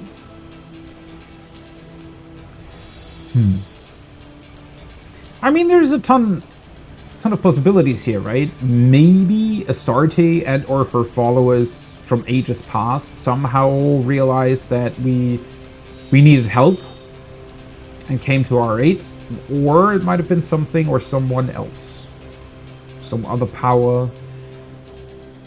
Because that's very strange, right? Because this mirror was cracked, like actually broken and not able to be used, and still somehow now it's restored.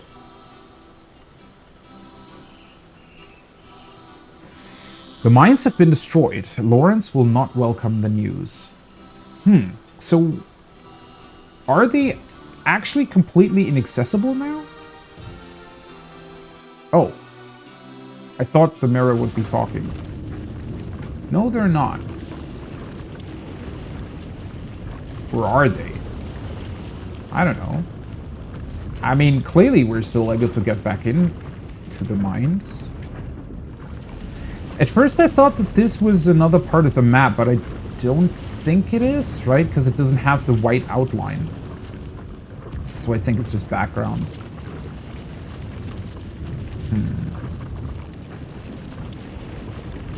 Soldier, soldier, Yeah, some of. Weird that the mirror on the outside doesn't talk, right? You'd think that you have a choice of going back in there, but it's just silent and you click on it and it immediately transports you back.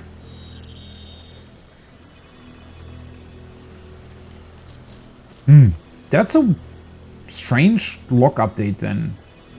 That they're saying, oh yeah, the mines are destroyed. And that's it. Huh. It also somehow got rid of this marker. So would I have had to do this quest first then? With the Troll King? Or are the... Might be that the quest markers are still a bit weird. Maybe... is quick travel disabled? It does actually explain, though, what this is about. Right? Because I was slightly confused why this place with the naked statues exists here. But I think these are also... potentially a representation of Astartes' followers, then? Right? Because it would make sense, right? If these were part of a really, really old... Since the mirror is also here, these were probably a symbol of It's heating up. Did someone leave Astartes' followers.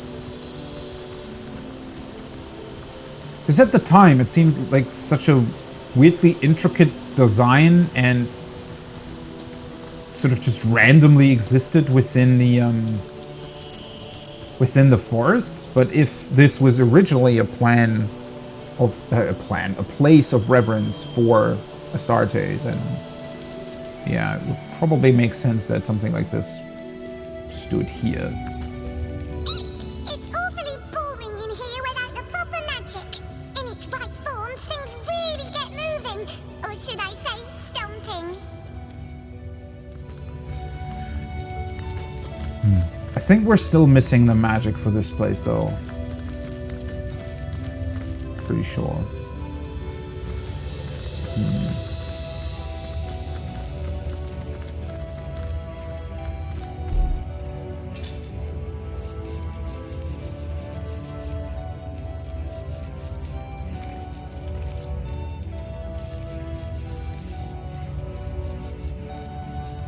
Oh yeah, I never... Oh, oops. Did I just accidentally equip it? I think I did. I never looked at the last couple pieces that I found. Yeah, this is also level 15, right? Yeah. Plus 22% earth resistance immunity. That's not really that great. The +1 willpower. I think I wanted to take a look at that, right? +2 initiative. Well, that's way too good then. This just has a couple of resistances. The willpower might be better.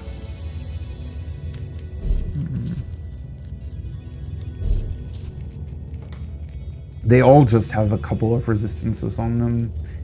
What does willpower save against? A bunch of stuff, right?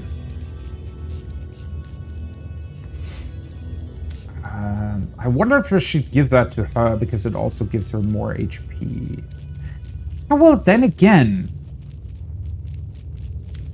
I think Lillian might actually be able to utilize it better, right? Or even their daughter.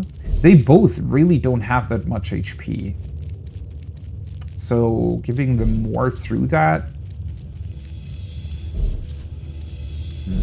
She already has the one with the 3 resistances on it. Ah, well. Let's give her that. Tenebrium resistance also seems like a good thing. And then she can get the other one. Alright. I guess I can just teleport back to Silverglen then? I feel like there isn't really any point in me going here. Yeah, the quest markers are fucked up, I think. That's a bit weird. It looks as if the quest markers basically want us to get back into the Astarte temple, back through the mines, out, and then come out this entrance then. Beware of the lost ones out there, Wanderer. Their blood is impure. I just want to make sure. Okay, so we need to talk to Lawrence, obviously. This I don't know who we need to talk to. We can go to Brandon with the Tenebrium. Sadly, I still haven't found a companion for Fumble.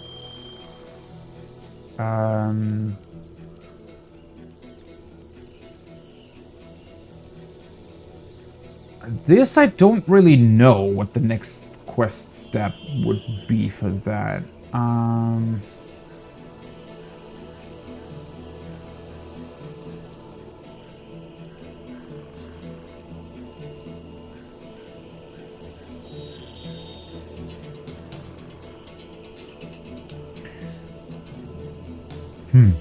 There are still some strange quests about, I feel like.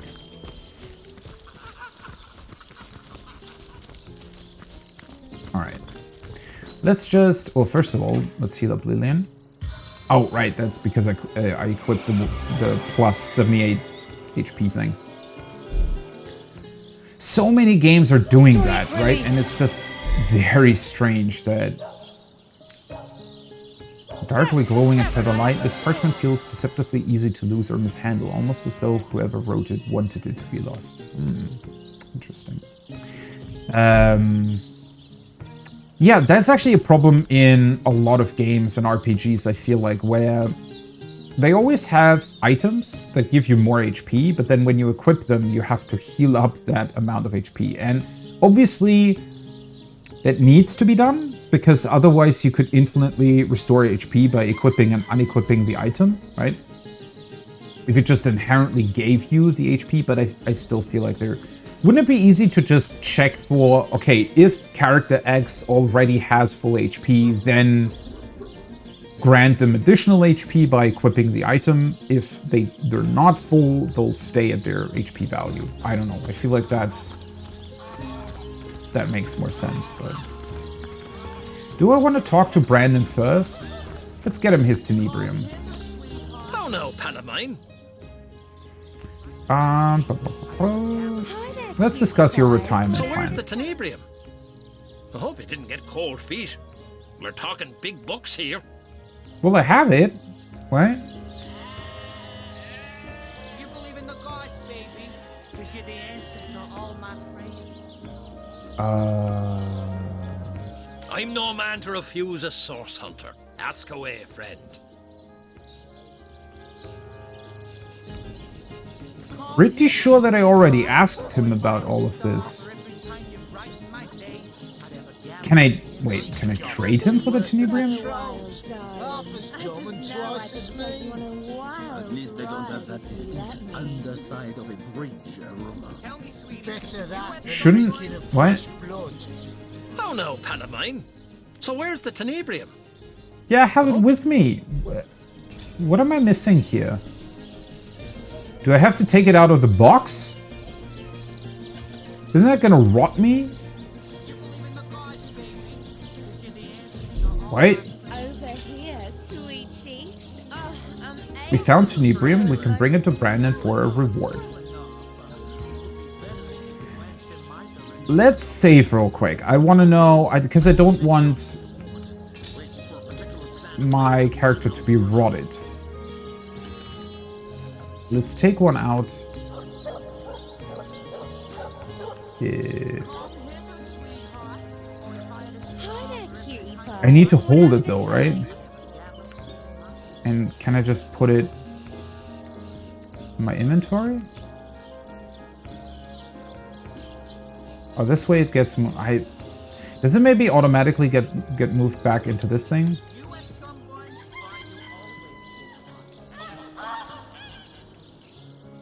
Over splits here, it. sweet cheeks. Oh, I'm aching to share a moment together. Can I hold it and talk to it? Where the fuck did he go?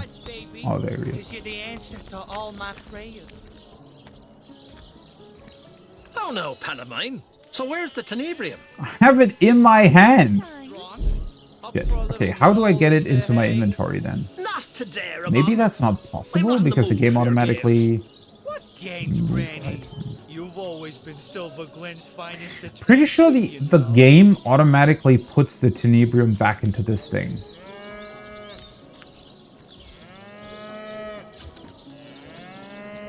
Okay, let's try sending one. Over here, sweet cheeks. Yeah, it always puts it into the bloodstone thing. And where the fuck is it? This is most excellent news. Welcome to the Wait. What's business for you Hold anyway? on. Swell enough, swell enough. Would be better if you'd glance in my direction, though. Truth is, I'm So if I only tried to move the contents in the thing, Bye. Wanna have a good time? it'll automatically move the coffer with it.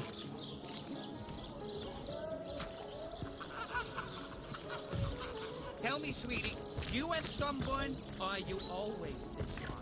I wonder if this is also because the quest markers don't work correctly. Anyways, let's talk to Lawrence and see if his quest continues normally. Hello again, Your Grace. Let's discuss your troubles in the mines. What? Okay, this works. The only brilliant solution you could come up with was to blow up the entire mine? Keep your filthy goblin's head. What do you survive for such garbage now that the entire mine is in rubble? Is it really You've though? ruined each and all of us, you low-down, backbiting, rat-faced nincompoop. What will I tell the men? Better yet, what will you tell them? Oh, begone from my sight. Yeah, he dropped his act of calling us nobility really quickly, didn't he? I'm still finding it weird that, I mean, I guess it's the mine's entrance or something. Maybe it is actually sealed up. Might want to go back there at some point. I mean, it shouldn't be too much trouble considering all the goblins are dead, but... This always happens, right? I don't think... I guess... What would happen if I had just teleported myself out of the mine, talked to him, said, hey, by the way, I killed Rexes, I solved your problem, and then blow up the mine?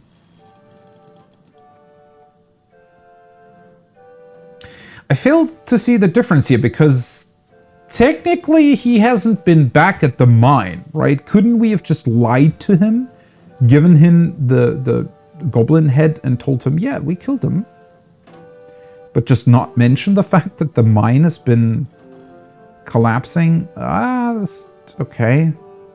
I mean, I would like to know the other possibilities here in how you can solve this. I don't know. I feel like this is strange, though.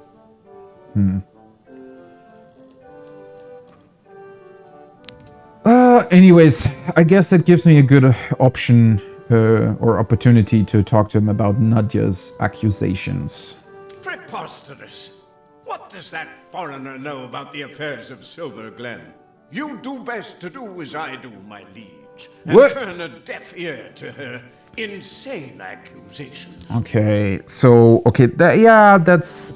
now he suddenly is back to calling us liege. I don't think that you were supposed to even utilize this dialogue option after you've blown up the mines.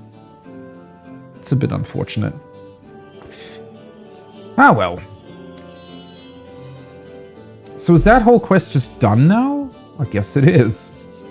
Investigating the mines. We made it back to the surface alive as the temple fell apart around us. What's more, we found part of a spell that can make Death Knights vulnerable to attack. Alright. Cool. Goblin Trouble. Despite receiving the head of Drexus, the destruction of the mines threw Lawrence into a rage and he refused to reward us. Well, I don't care about any sort of reward from him, to be completely honest, but...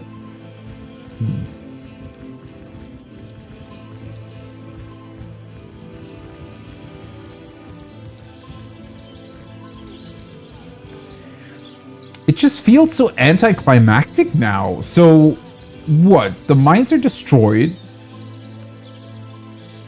And that's it? Nobody really cares about it further. Nobody asks any questions. I really want to go back to the mine's entrance now. Is it really destroyed?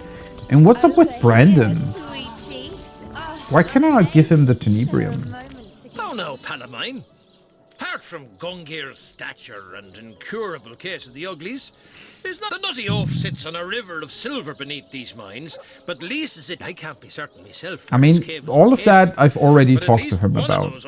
I'm no man to refuse a source hunter. Ask a strange sort of substance, not? You're a curious sort of fellow. I remember him well. Decent man, strong-backed. But so where's the tenebrium? I hope he didn't get cold feet.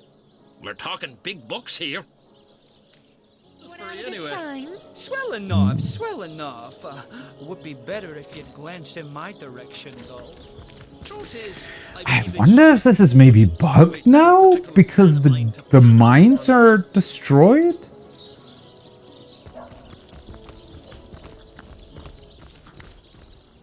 I don't necessarily think so, but huh.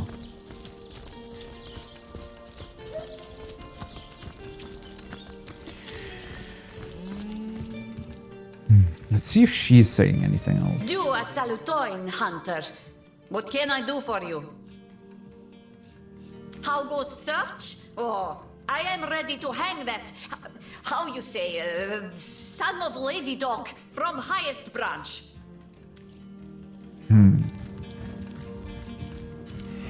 So we need something else for that too.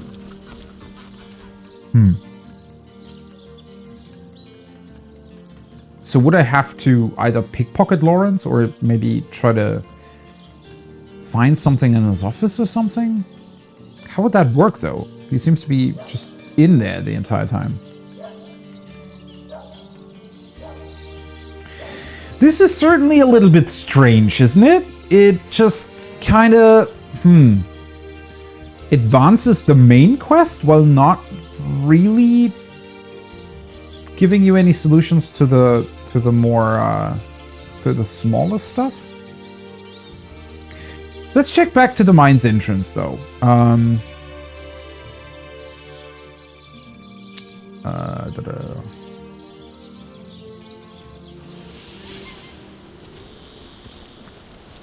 I mean, I would obviously still be able to go to those high plains back behind the mines. So it's not like I don't have any way to continue. And I imagine we'd also be able to talk to Ikara and Arhu. I should probably go back to the End of Time first and talk to those guys about what we discovered, right?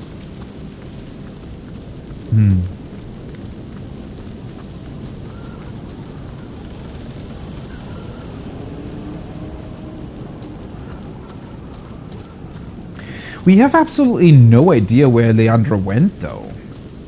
Or do we? Also, if the mines are truly destroyed, what happened to the couple Death Knights that were still in there? Can they just...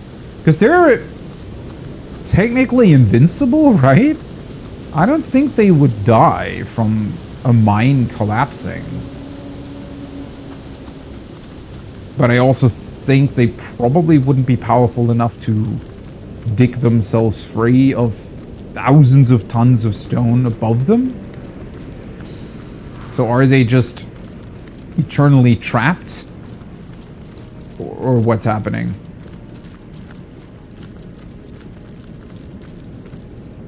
Okay, yeah.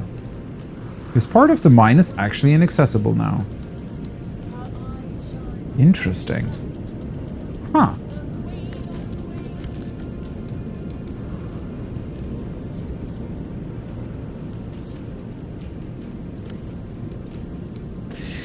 Why is it still showing us the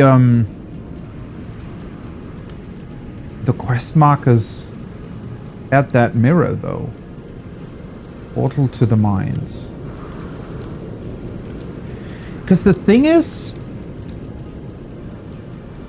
the mirrors inside the mines, they're able to transport us through the temple, right? So back to the crypt, to the library, and to Leandra's office. But there was no way for me to go back to that Death Knight production facility, and therefore it seems like the mines are completely inaccessible now.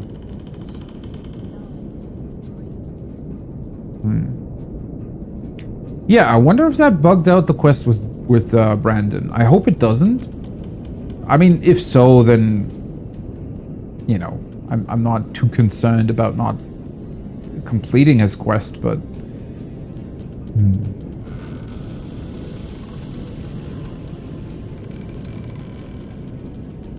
I mean, I could still talk to Lawrence, though, even though the quest marker didn't... or the quest marker is showing here.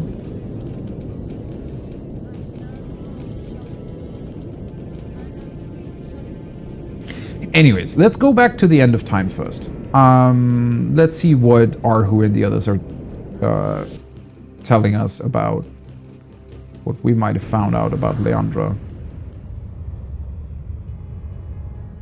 Ah, we meet again, and Hi there. well met you are. Did you know I've constructed a little theory about you both? Yes, I have indeed. Little theory, you say? I feel like Ikara could just straight up tell us about whatever theory you have, but sure, tell us. The theory is this. You are not you. Or rather, you are you, but you is not all there is to you. And that goes for both of you. But I see you're staring at me like a cow stuck in an astronomy lesson, so let me start again. What's the pig suddenly doing here? It's a cute pig, though. Okay, so... this dialogue feels like it should have played some time ago.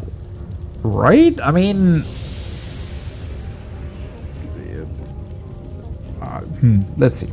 I think that you carry two souls inside of you. One that belongs to the mortal human beings that you are now, and one that belongs to certain someones with whom we've both become acquainted.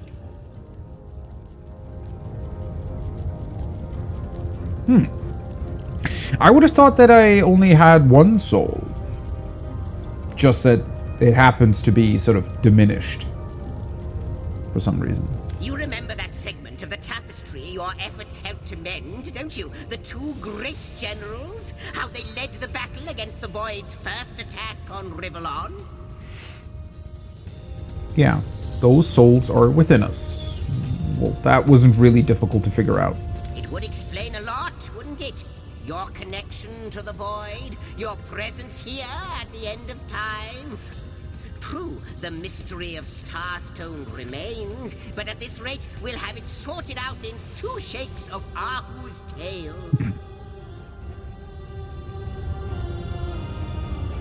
It's a bit of a weird dialogue, isn't it? Because, I mean, surely you'll have figured this out by this point? I don't know. I wish they would have written it a little bit differently to where it doesn't make the main characters look like complete idiots. As luck would have it, a new portal awaits. Perhaps answers do as well. So, onward. Alright. A second soul? Do you think it could be true? Well, obviously it's true.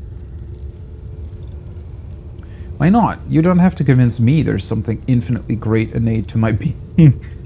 Oh, that sounds really cocky. What the fuck? I am who I am, and no other is soul is sharing joint custody with my body. Ah, well. I don't like either of his... I mean, obviously, he's right. Obviously. But the second answer is not that great either, is it? Ah, well. Why not? You don't have to convince me there's something infinitely great innate to my being. What is up with weird creatures just suddenly appearing here and running away? What? I myself don't believe a word of it. That historian has lost marbles. Yes, just look at the events we've set in motion. Our souls are meant to soar, and they'll soar yet. It sounds so cocky, though. Like, what? Why don't they give you another option here? This feels bad. Huh. Yes. Just look at the events we've set in motion. Our souls are meant to soar, and they'll soar yet. Spiritual +1. Okay, now I'm interested. What is the opposing thing of that? Spiritual, materialistic. Okay. So you would have been materialistic if...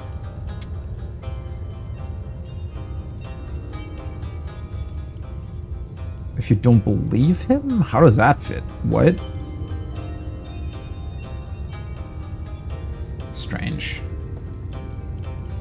That is so weird, though, because I said even something that is connected to the traits. I don't agree with that at all, because it just doesn't really work, does it?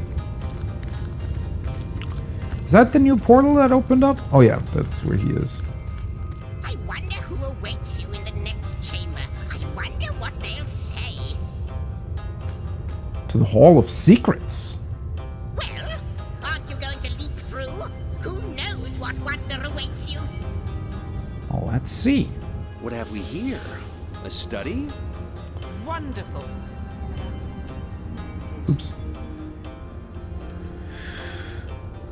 So is this potentially... I also find it interesting, by the way, that these statues... What is happening with the camera? What the fuck?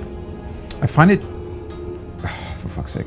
I find it interesting that these Sentinel statues look exactly like that, right? Like the Sentinels. Might just be that they've repurposed some assets there, but... would be cool if that is some sort of callback. That those Sentinels that we've encountered thus far are, you know, connected back to all of this. Hello. Dear guardians. Oh. When I see your faces, it is like the barriers of time tumble in upon themselves. Well, hello there. Okay, this I did certainly not expect. What? I guess by finding out about her temple and potential... But we didn't really... Did we do anything there? I mean, I guess we potentially re-established her mirror network or something? Or maybe she just... Maybe she was somehow able to realize that we exist again or something like that by having us be inside her temple.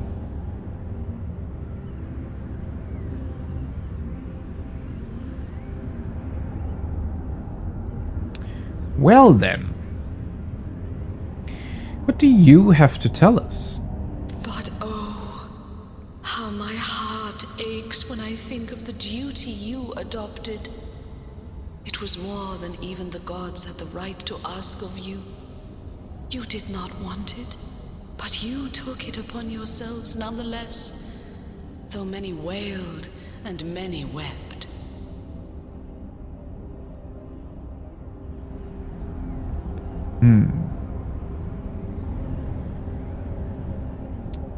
What's she talking about, though? In a ruptured world, wherein all resolve had crumbled, you renounced life and liberty to stand guard and protect every last morsel of creation.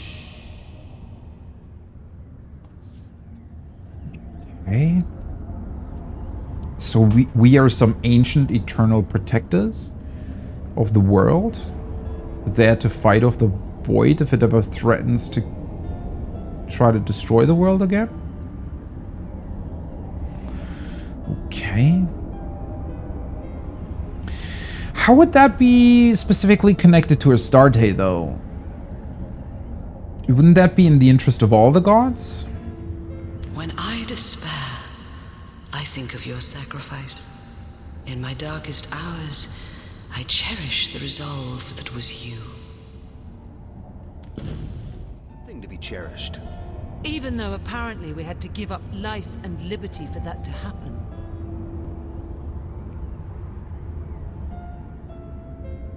What?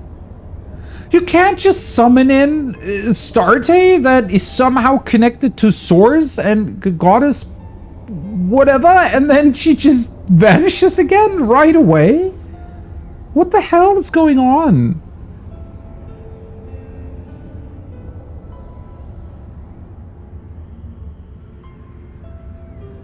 I mean, so I guess at this point it's pretty clear that we're not source hunters at all, right?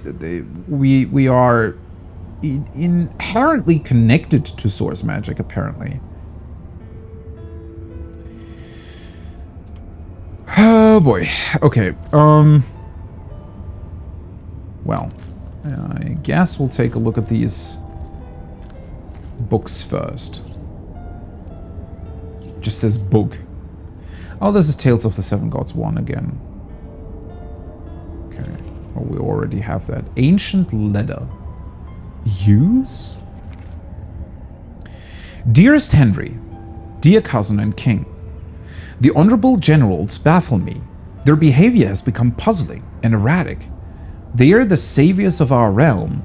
They are worshipped by man and divinity alike, yet they wander down strange and solitary paths. Word has reached me today that one of them has gone, vanished.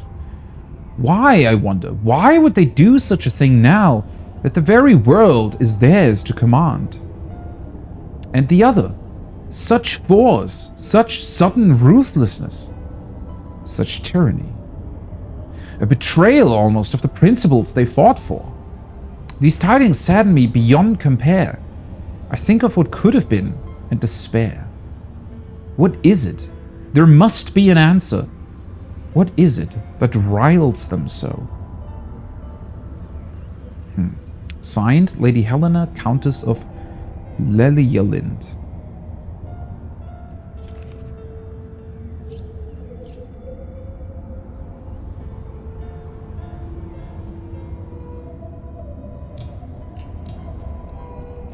So it seems to me, though, as if... Okay, whatever these generals in the past did, our past selves, right? It seemed to me that they truly were, quote-unquote, just generals at that point, right? And they were really strong, and they, you know, protected them during that war. And I guess maybe through all of that, they learned of a higher, I guess, threat or some potential that whatever they defended the world against might come back, right?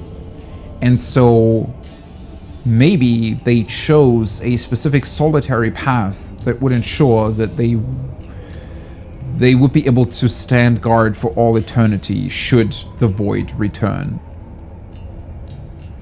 Which, as his letter suggests,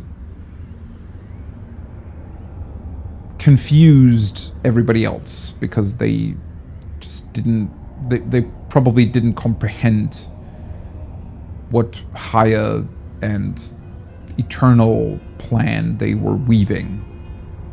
Apparently literally into time fabric.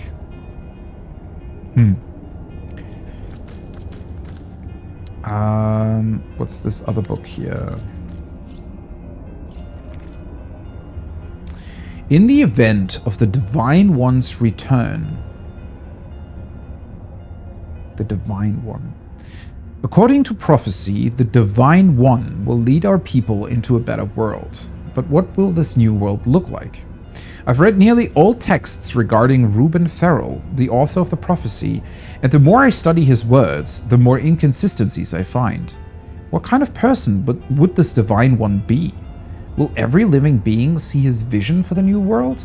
Or will the Divine One select individuals? According to prophecy, the Divine One will destroy all evil. How can lovers of creation advocate for the destruction? Can the Divine One really distinguish between good and evil? Or will he choose what is evil according to a preset moral code? Well, that's the big question, isn't it? The Divine One. We've heard a bit about a certain prophecy that apparently was made. I mean, this all does connect back to what Leandra is constantly saying, right? Almost as if she believes in this Divine One and the fact that he will somehow create this vision of a new world without evil.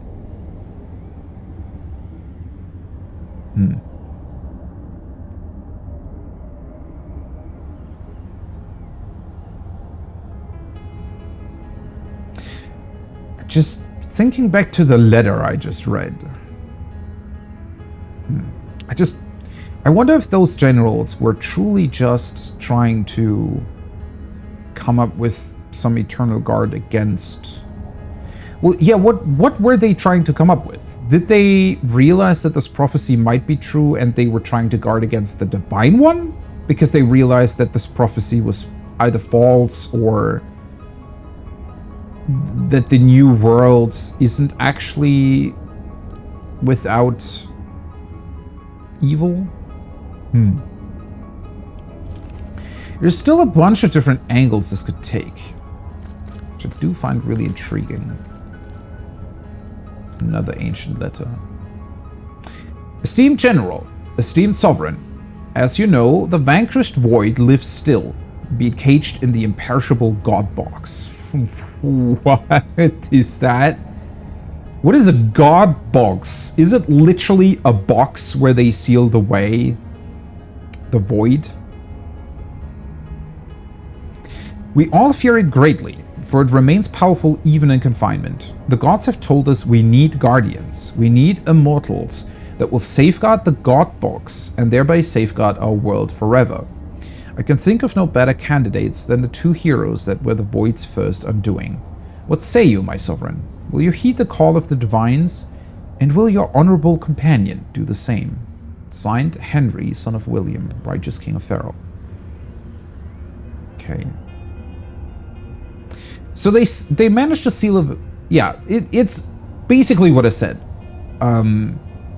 They were able to defeat the void, seal it away, and then realized that it still wasn't gone. It was still a threat that eventually would come back. And so they decided on some eternal guardians, which apparently are us two, to save the world again, should the void return.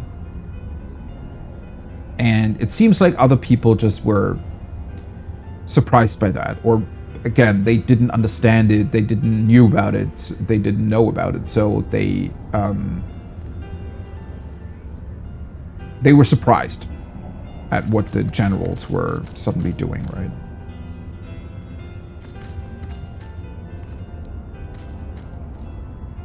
Bunch of empty potion bottles, nice.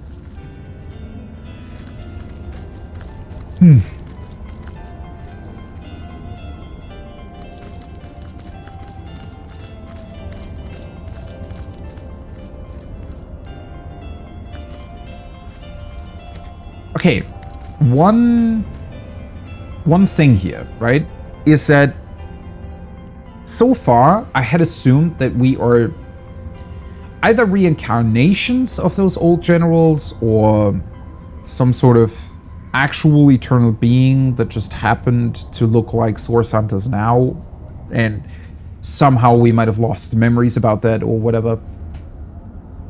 But if Zigzags is saying that we have 2 souls inside of us, then maybe we are some sort of reincarnation of them, right? So we aren't necessarily eternal, we don't necessarily live an immortal life or anything. It's just that the general souls were reincarnated in us.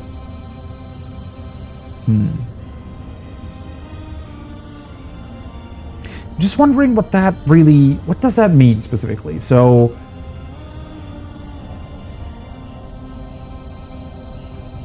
because it's also so interesting to me that everything here at the end of time is slowly opening up again, right? As if they were afraid to give out all of this information right away.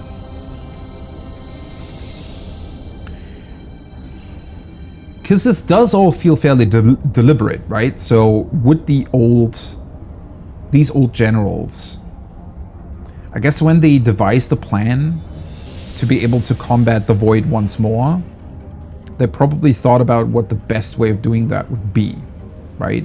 And I feel like that, yeah, maybe their idea was to put their souls, reincarnate their souls into beings that would most likely be able, or not only be able to defeat strong enemies, but also just in general be sort of at the right point in time to handle the whole thing, right? So the fact that we were source hunters that were called for this murder that then subsequently turned out to be connected to Source and Leandra bringing Source back and whatnot.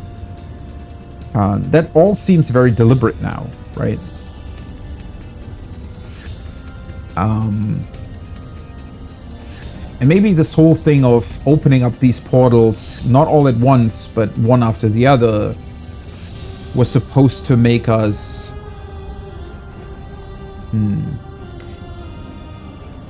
I guess just feel a certain way about these things, right? So the fact that we did specifically, I guess, investigate the whole thing, and being Source Hunters were against Source magic from the beginning, possibly meant that we, I don't know, we're just set up with a good position of dealing with all of this. Which, I don't know, I feel like, this has to have been a deliberate choice that they made in their past.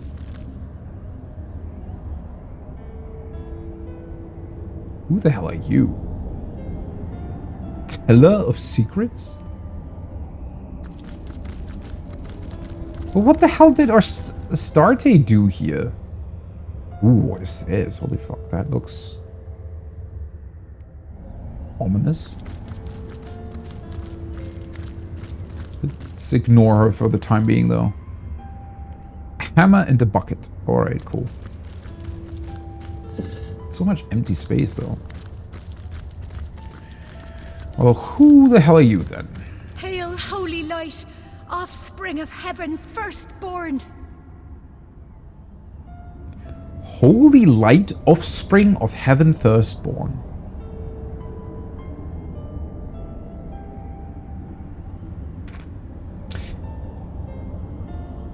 That's suggesting that those generals were also not just powerful generals, but possibly belonged to these sort of demigod race that we read about. Tell me about yourself. About me? The Guardian's first disobedience, and the fruit of that forbidden box, whose depths brought death into this world, and all our woe with loss of source, I remember. I'm just, I don't know, so much is happening here. I'm struggling to comprehend some of the details. So, this Teller of Secrets, is she just sort of eternally trapped in this room, knowing a bunch of secrets that they wanted us to wanted to tell us, but couldn't tell us right away, and therefore put her in here? What? Also, what the hell is she now saying? The Guardians' first disobedience. So did the Guardians maybe not do their job correctly? The fruit of that forbidden box. Did they accidentally open the God box for some reason? Or purposefully open it? Whose depth brought death into the world and all our woe with loss of source, I remember. Loss of source. So was this God box opened, and that's why source magic was suddenly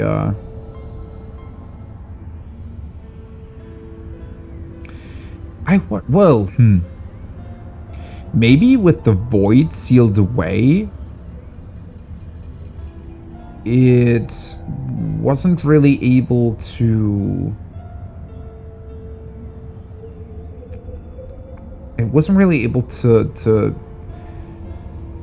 or source magic wasn't really able to tap into sort of the darker side of it. Maybe it meant that it was able to... Maybe that's why source magic was only really used for good, because they just couldn't use it for anything else, either because they didn't know about it, or this God box was still closed. I come no spy with purpose to explore or to disturb the secrets of your realm, but secrets of my own I bring. The secrets of another world, perhaps not lawful to reveal. Not very direct, are you? Whence thou returnest, and whither wentest, I know. Direction hardly signifies. Yeah, thanks for clearing that up. Holy fuck. He's kind of talking in riddles there. What the hell? Okay, so kind of need to wrap my head around this. Fucking hell.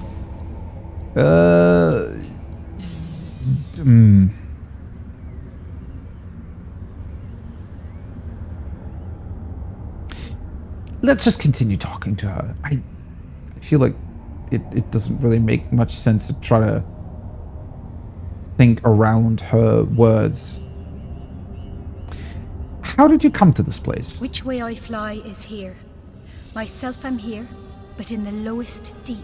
A lower deep still threatening to devour this homestead opens wide. Yeah, that was my question. Oh well. So you were just here. Good to know.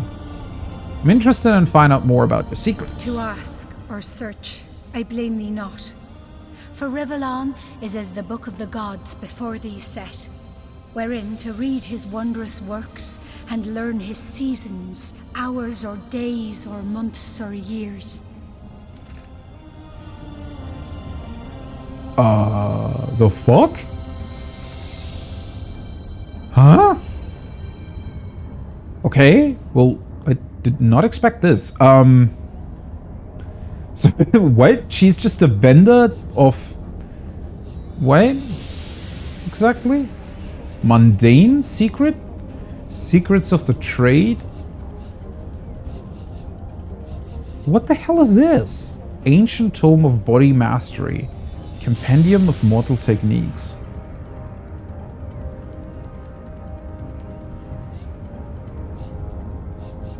What is this?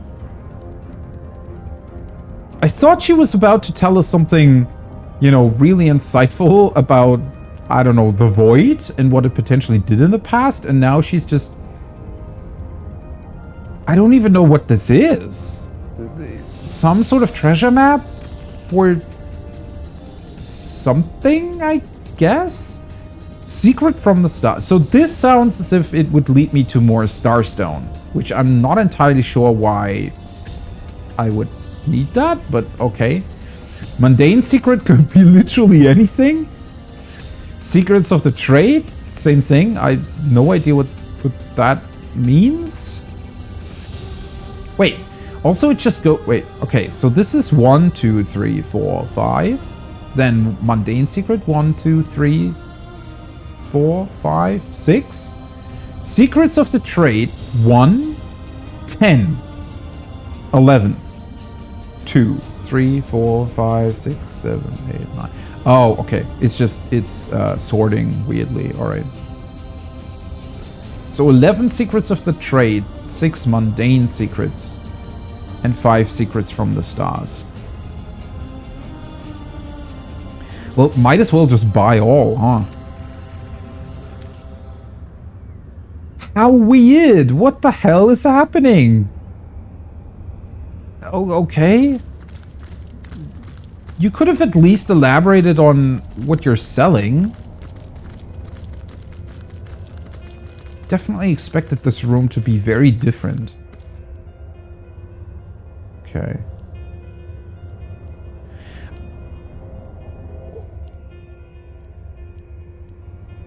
The game has huge performance drops here.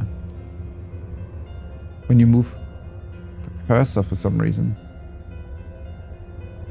I don't know why. Maybe it's confused where it needs to put the cursor or something. Because I thought at first it might be connected to some sort of effect on the statues here, but I think it's just... Because the cursor is weird in general, right? And I feel like something about this place isn't done properly, where the cursor can sort of go out of bounds, and then the game just doesn't know what to do with it, and then freezes for like a second. It's a bit weird. Not an issue really, but just sort of strange.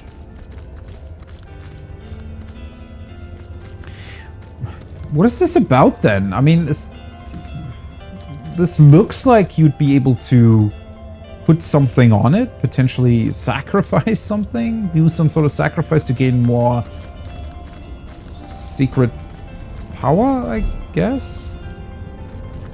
Okay. Are the things you're selling... From this descent, celestial virtues rising will appear more glorious and more dread than from no fall. The hell are you talking about? To ask or search, I blame thee not.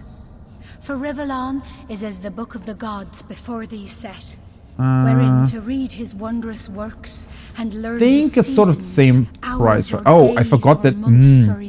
I forgot that I can just cycle through my characters. 3, 6, 3, 2. Oh, okay, yeah. It's so. That is actually weird, isn't it? I wonder why they made it this way.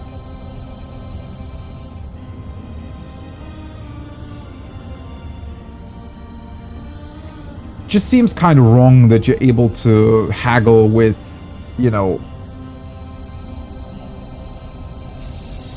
whatever she is. Okay, let's buy these. Let's. Can I actually buy everything? I mean, I have a bunch of money. But clearly not enough.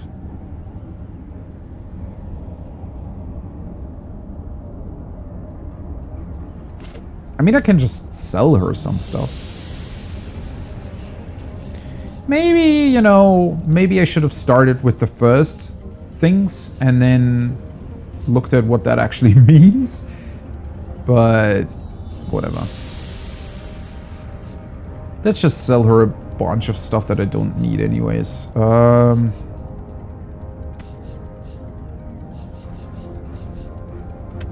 At this point, I should probably just get rid of a bunch of stuff.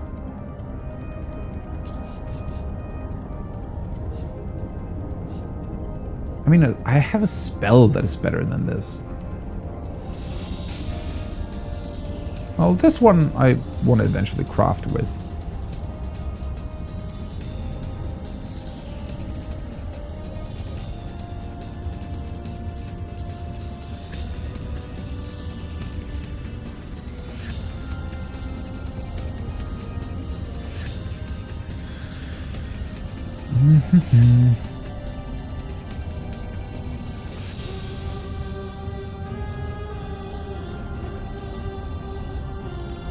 Okay. Doesn't give us enough to buy the rest, but I still have more stuff to sell, so...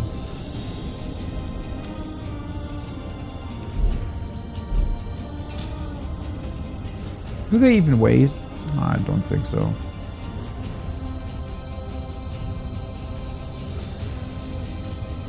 Okay, let's look at the 2 books first.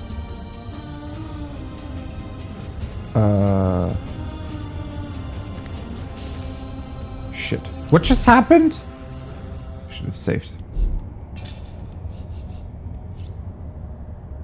You can just use these. What did I just do? Oh, I think it just gave me a bunch of ability points. Well, it would have made more sense if that actually told me that. Let's give this to my main then.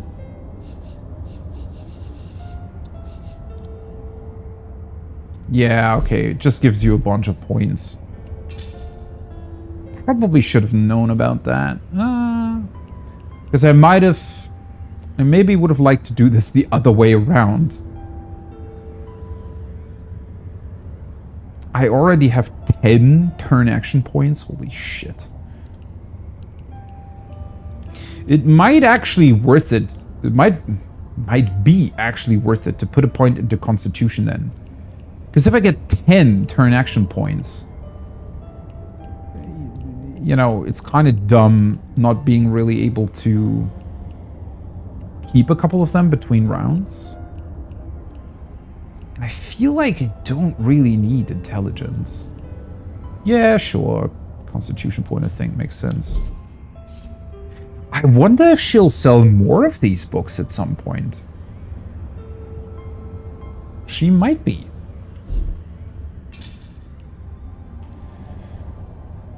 Skilled witchcraft. I probably should put a point in witchcraft, right? Because then I'll be able to learn, what was it? This thing. Not that I really need it, considering how many different types of summons I already have, but sure. Okay. Secret from the Stars 1. What happens if I use this? My map is slowly filling up with secrets. Okay. Cool.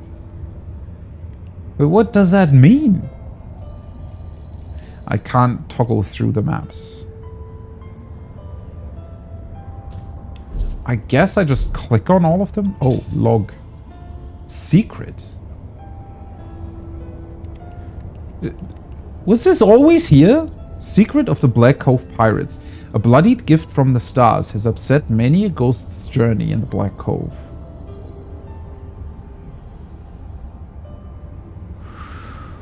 Ooh, I wonder... This almost looks like it's a... kind of a cool reason for you to go back to previously visited places and find out, like, more secrets that are there. That would be pretty awesome, honestly. Especially since I imagine it would be fairly easy to go there again, because those are places that I've already visited, right? I've already read this. Okay, is this now worthless, or can I sell it? My map is slowly filling up with secrets. My map is slowly filling up with secrets. It is indeed. My map is slowly filling up with secrets. My map is slowly filling up with secrets. Couldn't they have at least, you know, used like 3 different dialogue lines for this? My map is slowly filling up with secrets. My map is slowly filling up with secrets. My map is slowly filling up with secrets. My map is slowly filling up with secrets. My map is slowly filling up with secrets. My map is slowly filling up with secrets. At least I do appreciate that,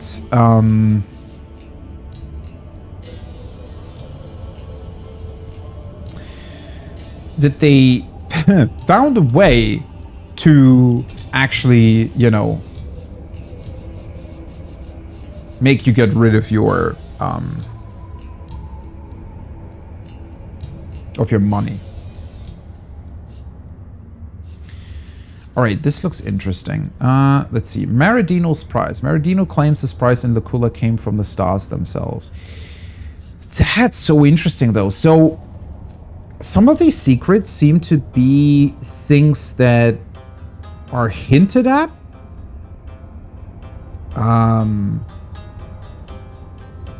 Just sort of throughout the world. But for you to actually be able to engage with them, you might have to have these maps. Because now I'm wondering, a lot of these things, I think, are things that I've already known about, right? Or at least saw some bits and pieces that are connected to these. But there seemingly wasn't more to it, right? There was no way to actually properly investigate it or, you know, find any sort of other thing that might be connected to these things, right? Because Maradino we've definitely heard a lot about. The nested library, I'm not too sure. Under the altar of the old cathedral in Lucula lies a library that houses many secrets. Okay, I don't think I've been there yet. All right. The Iron Maiden, though, I know. That's the one that stands in the prison in Heiberheim. Common Iron Maiden became enchanted when she received a dark blessing from a mad king. But, yeah, I wonder. I mean, pretty sure that I exhausted all of the dialogue options with her, though, right? Although then again... Oh, hi, welcome back. Happy Sunday to you, too. How are you doing? Just wondering whether or not I would be able to solve these secrets without having these maps, but what would be the point of the maps then? I guess just knowing that they truly are secrets? Treasures of the Winter King. Castle houses one of the largest treasure rooms in the realm of fairy. But yeah, I clearly wasn't able to get in there, right? I mean, I tried for a fairly long time.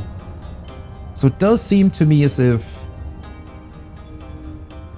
you kind of have to have these secrets in order to be able to do something with them. Which is pretty cool, but also kind of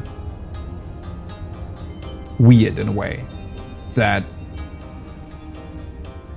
you get to know about all of this while not really being able to do something about it. Oh, these treasure maps. I just went back to the room at the end of time, and it unlocked a new portal for me that led me to this room that has, it's called like the Hall of Secrets. And there's this person standing here that's just selling a whole bunch of what looks like treasure maps, and it now gave me these what seem to be optional quests in the secret section of my log that previously I had never looked at because there was nothing in it. Yeah, and a bunch of these things I had already known or heard about, right? Because they've come up, like the Iron Maiden I've met, the Treasures of the Winter King, obviously you can see the treasure vault on the map.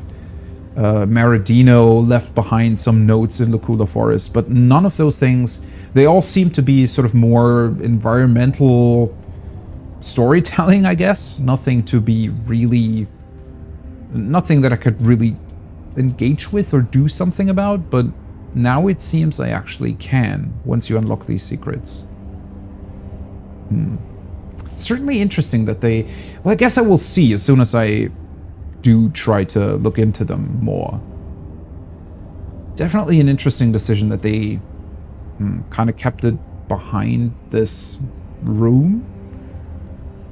Although, yeah, it's... I guess it's also a cool idea to get you back to some places you've already been to. The bloody chest. Behind every darkness there is a spot of light. I don't know what this refers to. Might have not been there yet. Pirate's Key. Black Cove's fiercest pirate seems to have dropped a key in this area. Didn't I already pick that up, though? Rumors say that when the White Witch heard her sister was coming for her, she buried a treasure just here. Okay, that's probably next to the hut. Secluded secret. This chest is protected by the enchanted waters of the Kula, realm of the White Witch. That would then probably be below the hut. Okay. Lair of the mysterious wizard. The great Maridino is rumored to have constructed his lair in the impenetrable high plains of the Kula. Okay, I've not been there yet. Okay, so there are 2 things attached to him. Alright. And the frozen chest. Rumors say a secret chest is waiting buried in the snows of Heiberheim, free for the taking to any intrepid adventurer. These will also now probably be marked on my map, right? So you have an easier time to actually find them. Well, I will just have to do these things, and then I will probably see whether or not they would have been discoverable in normal means without having these.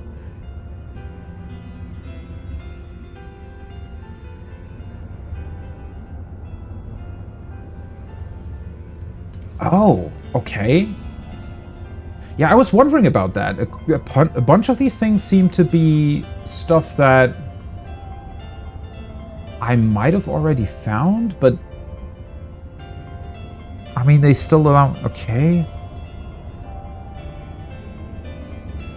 Doesn't really... Does the story do stuff, though, that makes these inaccessible? I feel like the only true thing so far that I've done that actually changed something so substantially that it wasn't accessible to me anymore was the thing that I just now did with the mines collapsing. Everything else... not so much. Well, I'll just look at these and I guess I will see. Either way, it's kind of nice that it at least gave me a purpose to have something to spend my money on. Guess I'm probably just gonna sell a bunch of other stuff.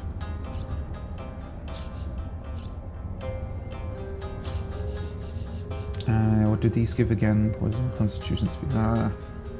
Oh, that's actually really bad. -1 speed? Well, I guess I can see how a pizza can make you a bit slow, but it's a bit sad that it has such a negative effect.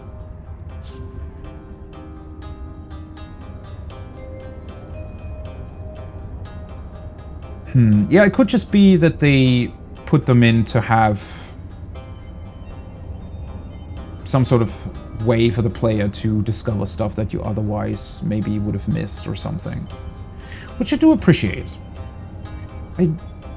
Yeah, I think I generally like when games do that. Because I'm never a big fan of looking things up, right? That almost always feels like cheating. Like, obviously it's fine if you've played a game for hundreds of hours, or if it's like your 3rd playthrough and you just want to do like 100% run. Obviously, you know, it's fine to look stuff up, but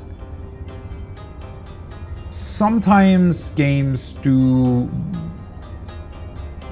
I guess, sometimes they hide stuff a bit too well to where on a first playthrough it's very, very difficult to actually find it. And to have some sort of contingency in there to say, okay, if, you know, if the player acquires way more money than they know what to do with, then you can just spend it somewhere and still get access to those optional secrets. Well, I guess it's kind of a fun way to do that. Especially if you've already been there anyways, right? And it otherwise just would be a place that you never really go to anymore. Then it makes sense to just say, hey, by the way, you might have missed this. Lets you go back there and deal with it. It's kind of cool. I am wondering though, that one thing with the key from the Pirate King, I feel like I've done that already. But clearly it's still in my secrets list, so I mean, maybe there's just more to it.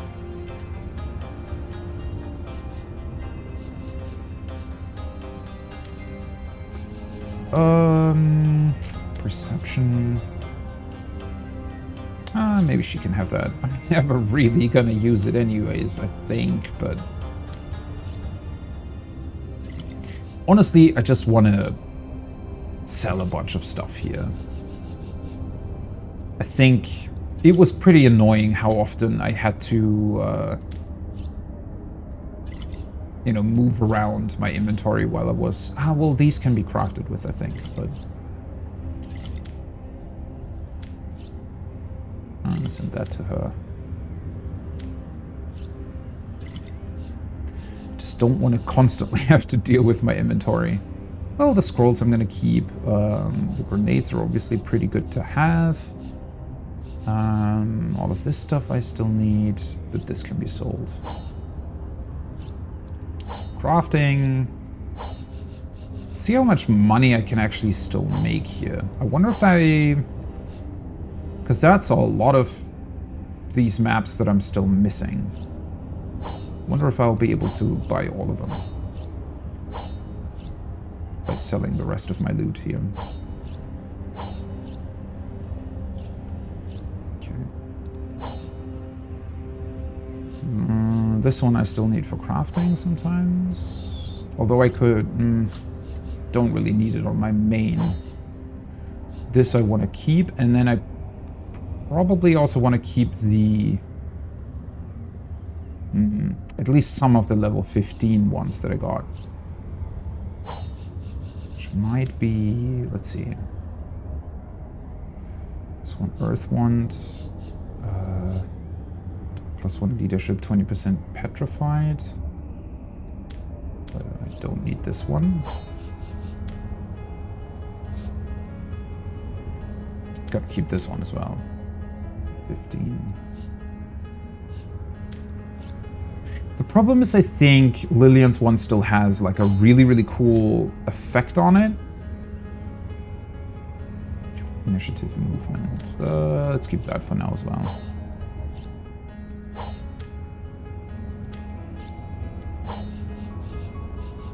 So much loot. Movement. Well, kind of gave up on that for now. +1 perception.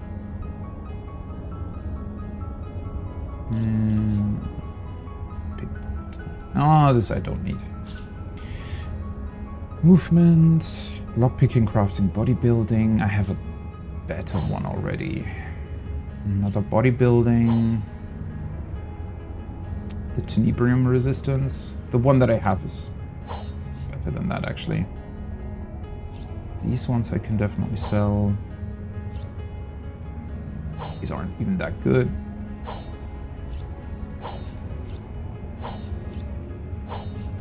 Okay. The rest is just a bunch of books, and then we have more crafting materials. At least you can actually craft some potions, I think.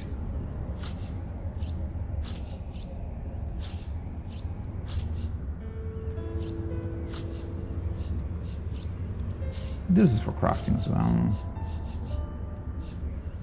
Empty bottle. Right, I can sell this. That was just random loot that I got somewhere. And then these, I think, are pretty useless as well. Well, now what? I have Drexus's head with me the entire time? Lawrence didn't want to have it. Guess I'm just gonna send it to my chest then. Weird. I thought me talking to Lawrence and ending the quest would have removed that from my inventory, but I guess... Well, technically he didn't take it, so... Makes sense that I would still have it. Alright, let's see. How much more can I get? I give not you for lost. To ask or search, I blame thee not. It's also so weird that these... Is as the book of the gods. I mean, I guess it makes sense that the vendors keep your stuff. At least that way you'll also be able to buy it back.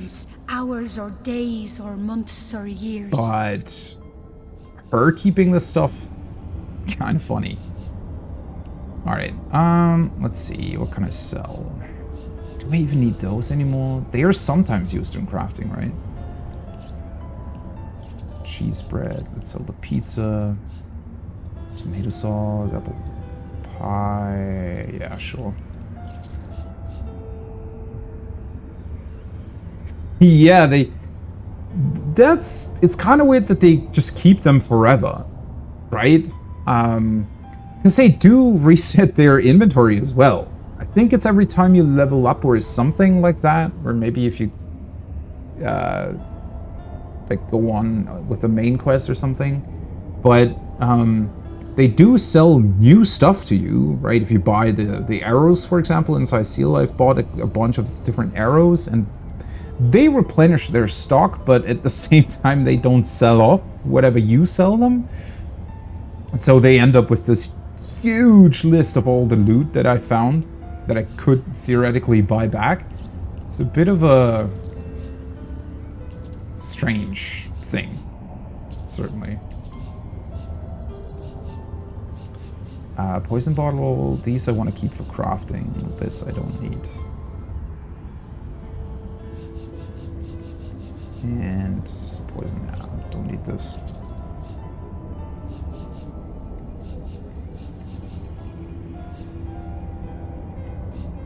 Blessed Earth. Do I still need this one?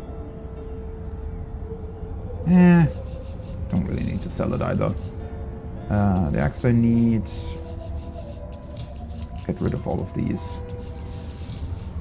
The problem is I don't really have that many things that are really worth a lot, so not entirely sure if I will actually be able to... Why is this here then? Because I think, how many are there? 11? I need like 24,000 gold or something to buy all of what she still offers. Don't think I'll be able to get that.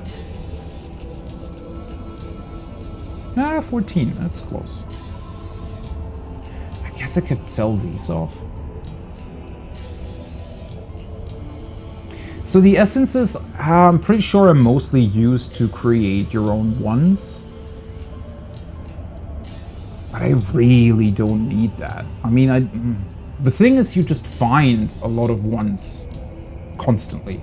I've never really had underleveled weapons, I feel like.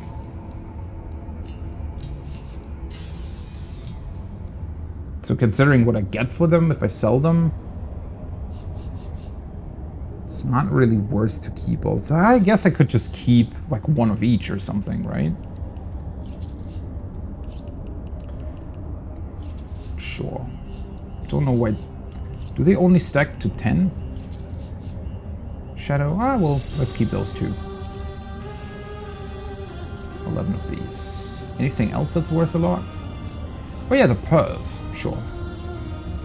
I think I always just forgot to sell them. Rabbit's paw. These don't weigh anything. Yeah. I will keep those around. Anything else is worth a lot? What would happen if I would sell these back to her? Would it actually take the... Would it take the entry away again? I don't understand why... So with the 2 books that she sold, that gave me 1 additional attribute point and more ability points. When I used those, they actually disappeared out of my inventory and just gave me the ability points.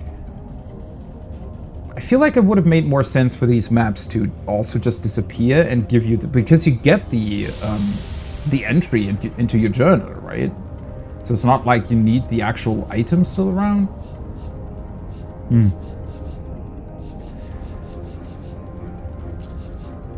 Anything else that's worth a lot? Oh yeah, the painting. Painting, a couple gold cups. It is close.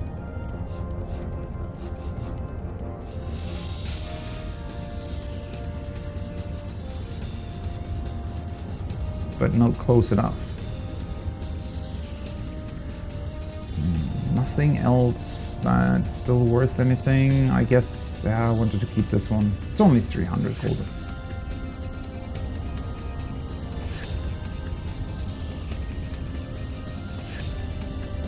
Scrolls aren't even worth that much.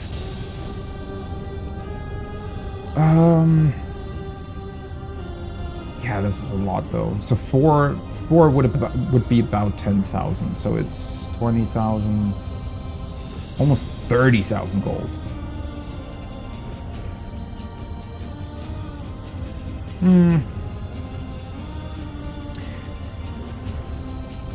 I think she can just keep those for now, because they're all the same type, and I'll just be back eventually and buy them.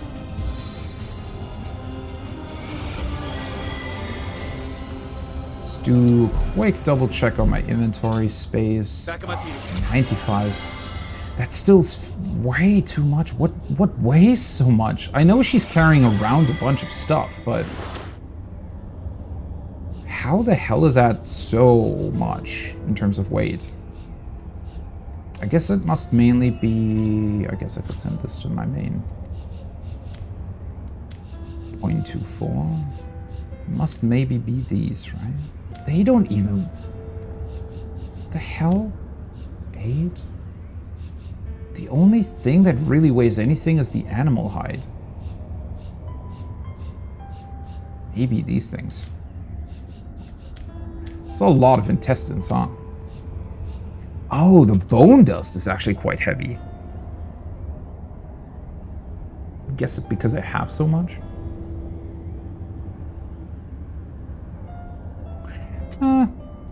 Might just sell off like half of those. And then I guess these things. Still weird to me. Well, at least my main now has half of his inventory available again. Alright. Well. Guess I'm gonna double check with Arhu and... Oh. We met the Teller of Secrets in a newly unlocked room at the end of time. For a price, the secrets of the universe could be ours. Just updates randomly after you leave the room again? Okay. What is so crazy to me is just how many more of these teleporters I haven't even opened up yet.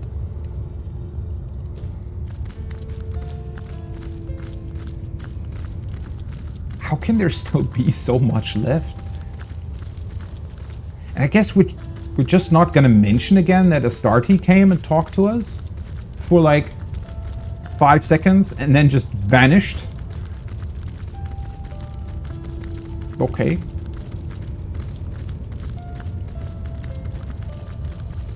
Also, I do want to open up the other elemental portals. I wonder when that happens. Or is that a specific choice that you only ever get one?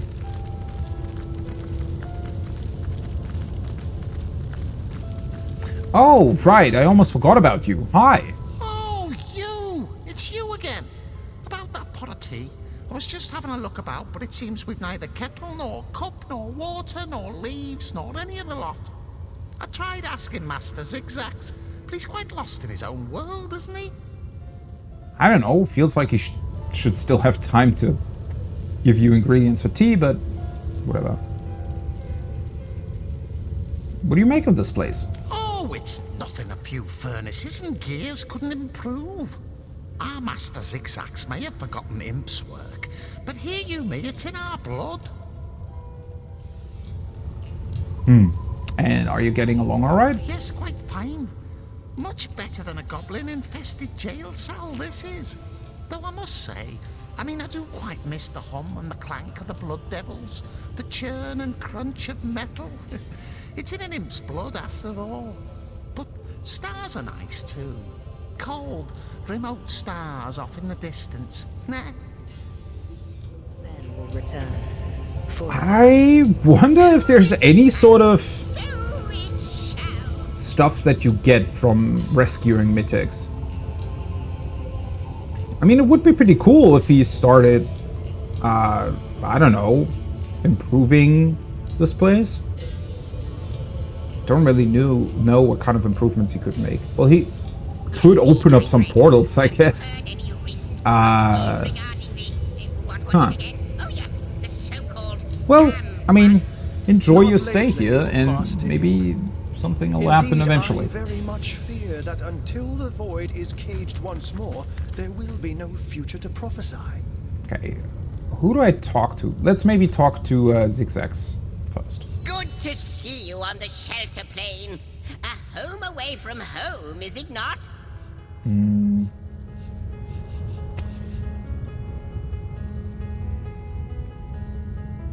Let's see. Most certainly.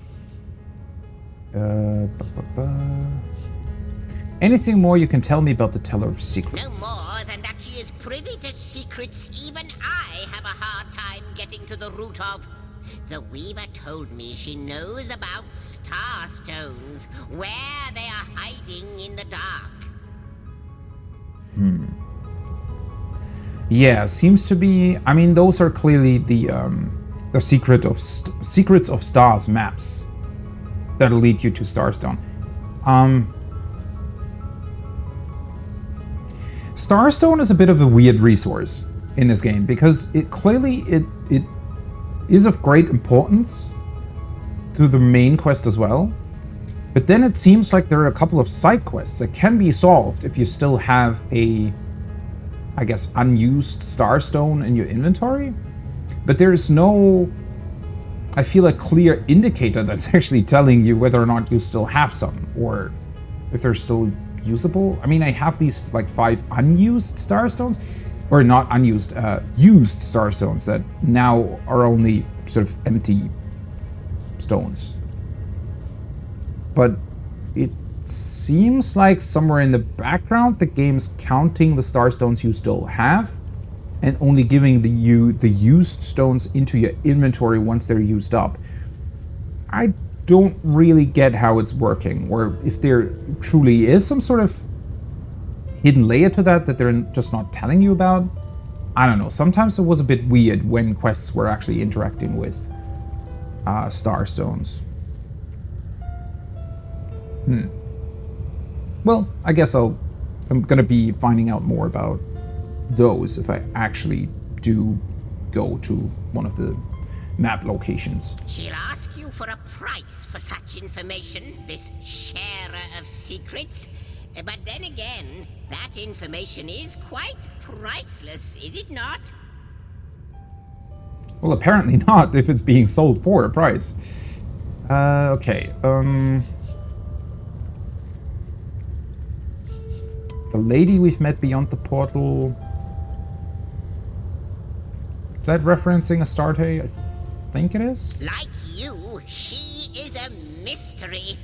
But she seems to know you, doesn't she? Perhaps you'll meet her again and we'll learn more about her and about you. So, we had met her once before, right? I think when we entered that banqueting room first. She also appeared for a brief time, for a couple seconds. Was she already called Astarte at that point, though? I might just not remember because I hadn't heard the name anywhere else in the game. Probably. And now that I know that she's the goddess of source magic and actually have been to her temple, obviously that puts a little bit of a different context on her appearing here, right?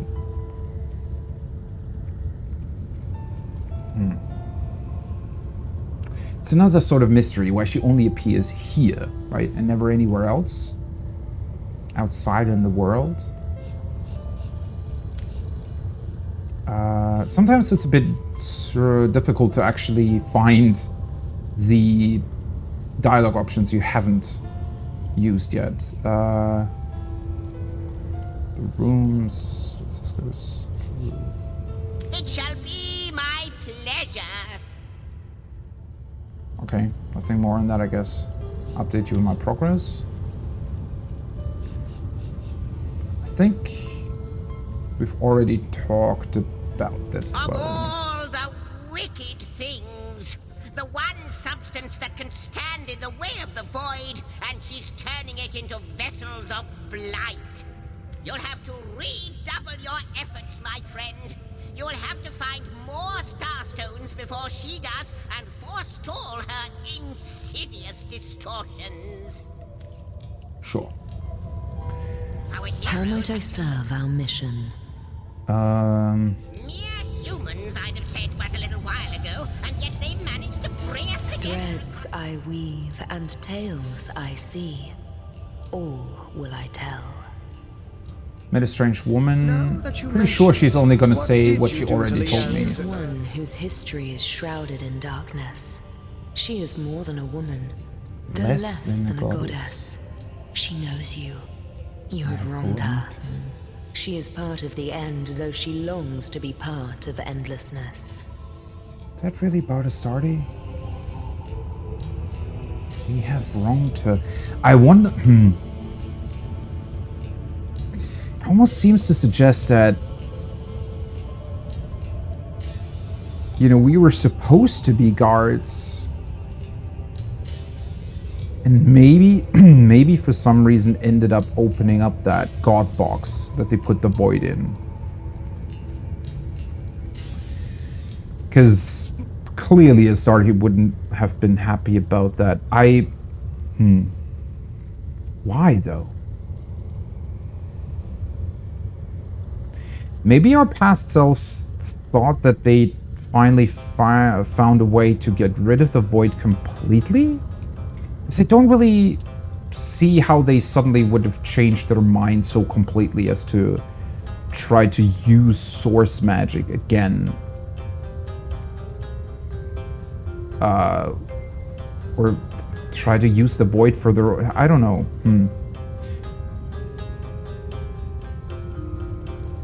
I mean, there's certainly a lot of different options as to what could have happened, I feel like.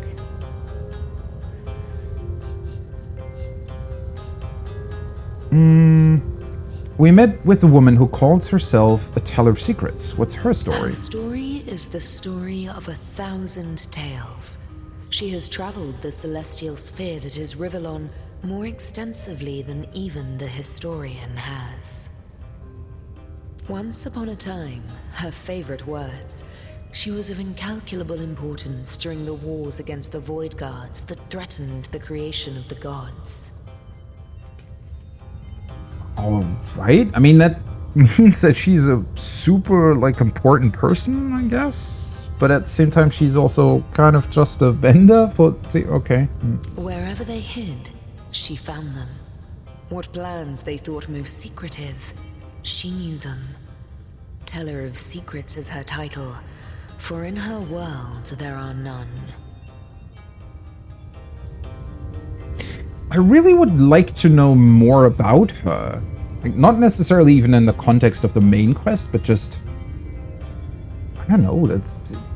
all sounds actually pretty intriguing. Would have been cool to have, a proper... I mean, maybe you'll get that at some point. But have some sort of proper backstory to her? I mean, I guess this way she's, very... nebulous and secretive and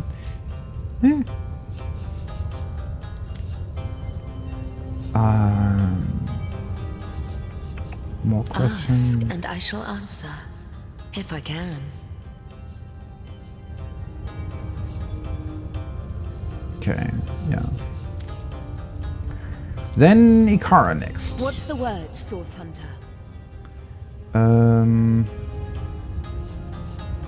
Let's discuss the mines. Gods, Death Knights, this is dreadful news. Worse than I could have expected.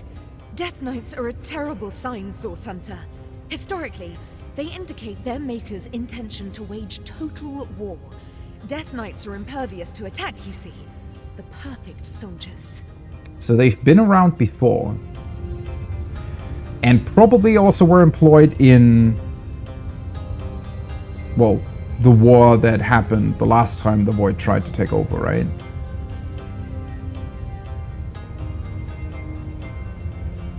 I guess, well, with the way that she's describing it, I suppose there were probably multiple people throughout history that tried to, or that had heard about Death Knights and tried to build one. I could imagine that a few probably also succeeded, but maybe didn't really know how to control them or something. But then wouldn't they still be here if they're entirely invincible? Maybe they do eventually die if whoever created them dies? We must learn all we can about Leandra's plans for the army she's building. Fortunately, you seem to have found a crucial piece of the puzzle. A spell that will make her dreaded knights vulnerable to attack.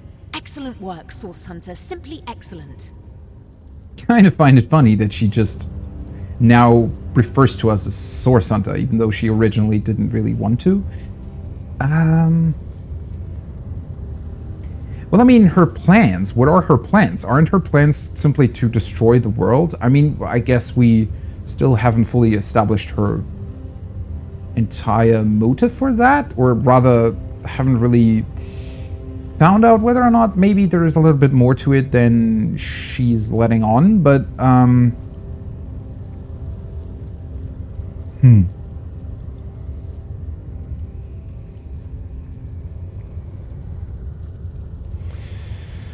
Anyways, what's next? How do we stop Leandra? Is this gonna be... I mean, we've already been to the mines. You must venture into the inner sanctum of one of the sacred Immaculate Temples in Lucula Forest. Leandra has hidden it well, but within its deepest depths you'll find a hidden library. What's inside I cannot say, but I know something of great value to her is kept within. I was gonna say, how does she actually know about all of these places? I mean, I guess she knows not only because of her Soulforge connection with her sister, but also because they probably, well, at least discussed these places before they went their separate ways, right?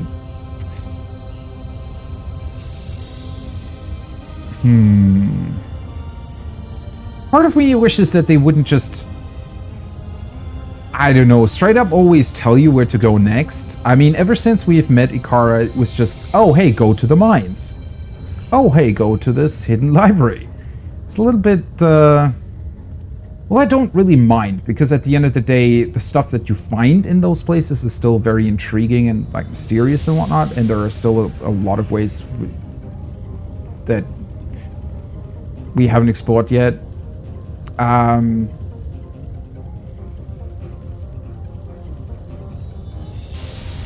It's just a bit strange that I guess Astartes Temple also can had a, well, I guess it was at one point a significant library. It's not really anymore though.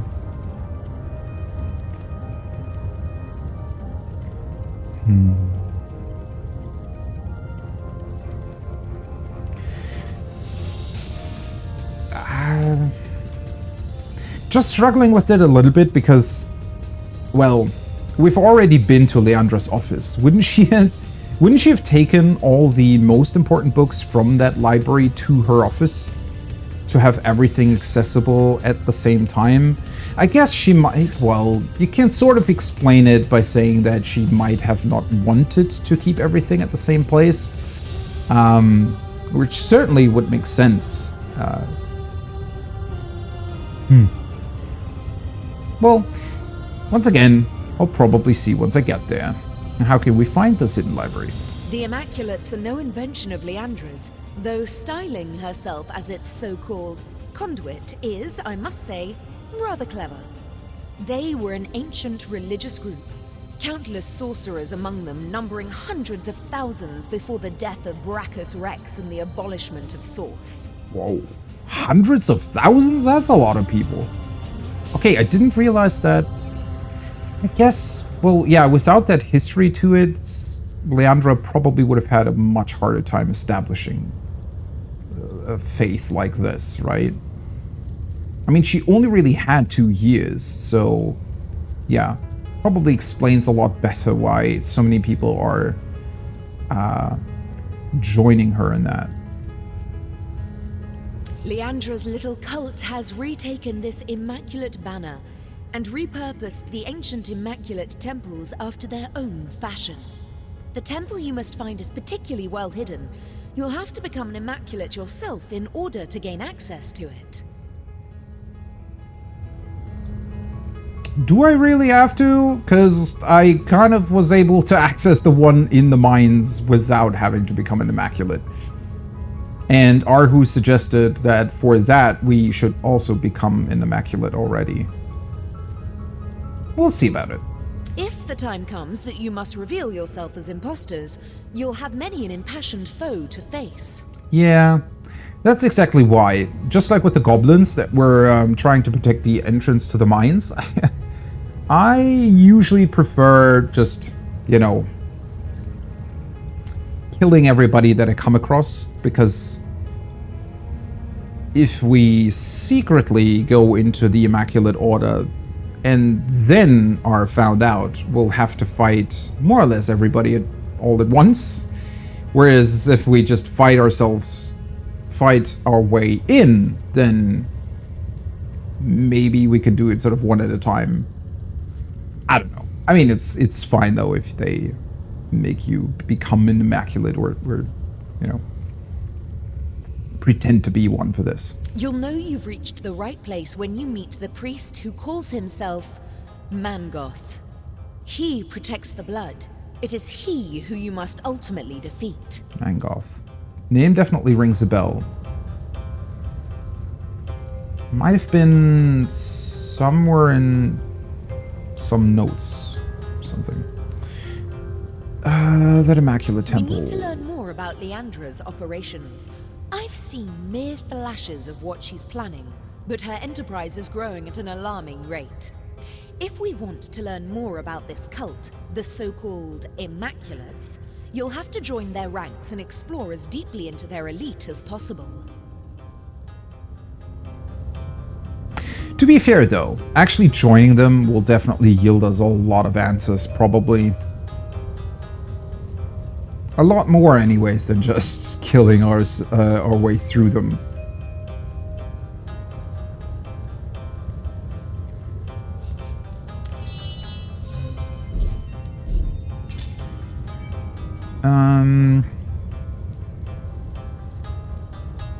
We reported to Ikara with the spell we found in the mines. She'll tell us where to look next if we're to defeat Leandra, and then infiltrating the Immaculates. Ikara told us we must infiltrate the Immaculates to learn more about Leandra's plans. Alright. We are haunted. How can I help See you, my what friend? Arhu says.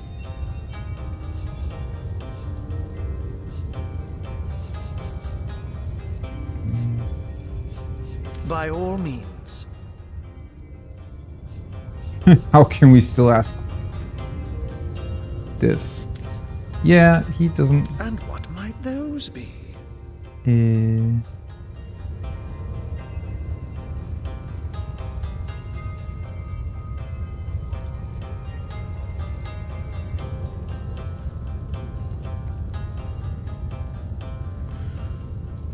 Did I ever talk to him about this? What? A mere flea bag won the heart of that exquisite black beauty? I knew I should have acted sooner. And now I've let her slip through my claws. Somehow it still seems... I mean, I know that he can turn himself into a cat. But, I don't know, seeing a man just talk about a cat like this is still just... I don't know. Just seems a bit out of place. What? Why are you looking at me like that? Yeah. She's certainly more beautiful than any human lady I've ever seen. Okay, buddy. Besides, it's easier to raise kittens than kids, I can tell you that. Well, what? Really? I guess so. Whatever tickles your fancy, I guess. I mean, if you know. Well, now she's taken anyways.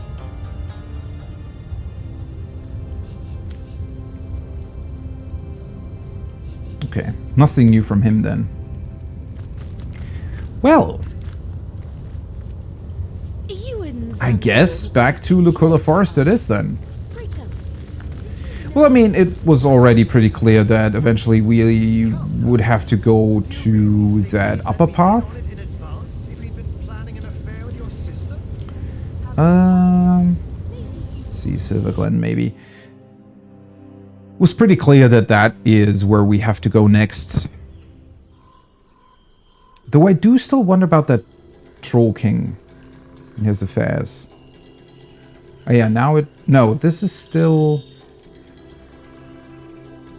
I guess they are now just permanently bugged. Okay, and we can see buried treasure now. A couple, actually. Huh. Cool.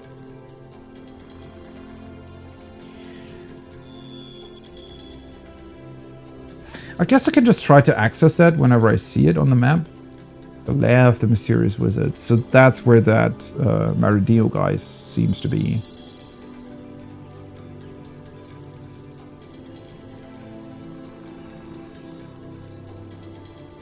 Just kind of confused why this is still shown as a quest objective. It seems like the other quest markers just bugged out a little bit. Ah, well. Okay, so let's see. If I go to the White Witch, that is...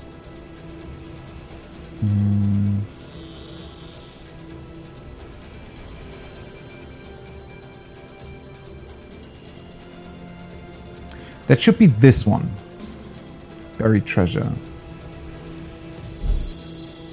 And then I have to go back to her inventory. I just want to see whether or not the maps will actually disappear if I dig that up. Okay. Cabin? Let's save, in case of whatever she buried there just blows you up right away. Because, honestly, so far, I've not really had that many great encounters with buried treasure. Okay, so this is not it, though. Or is it?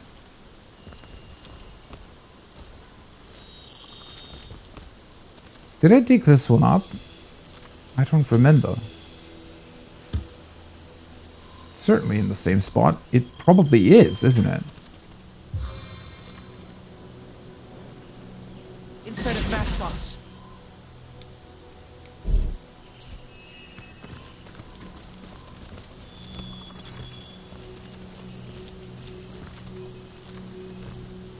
Although, I don't know. The symbol on the map almost seems like it's further back here, but yeah, I suppose it's this chest then. Okay. So buying the secrets truly just is for the purposes of, hey, if you've missed this, you can check whether or not you already got it. But now it's permanently in my log and on the map. Right?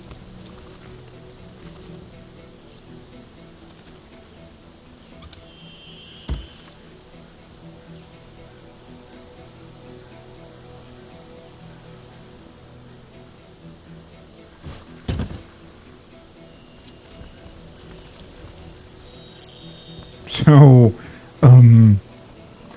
how exactly would I get rid of that? Or will it just stay there?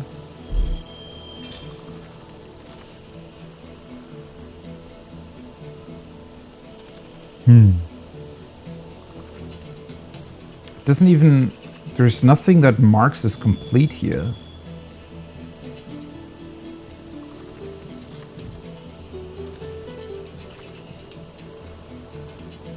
Guess I'll just have to remember it then? Huh. Let's check out the other one. I'm pretty sure that I have not found that one. Troll King Cave entrance.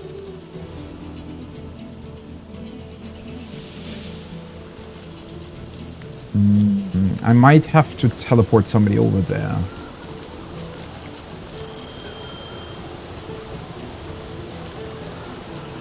Okay.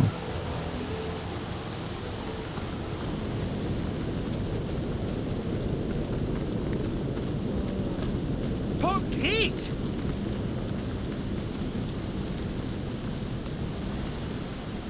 It's just there, though.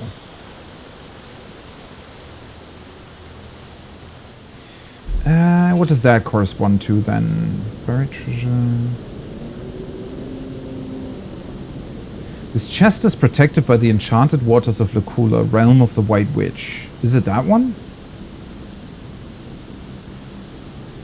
That's Heiberheim.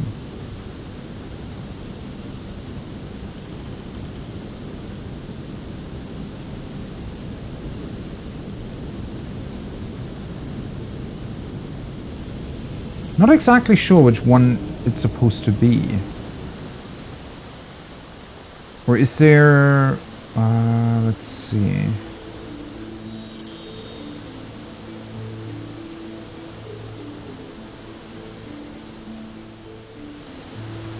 I guess I could have also warped over from here or teleported over from here. Which might even give you easier access to this place. Anyway, let's try to teleport.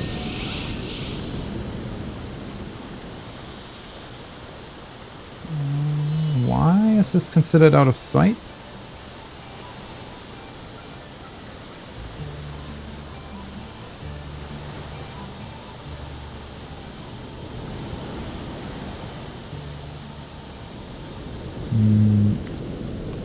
Right, it's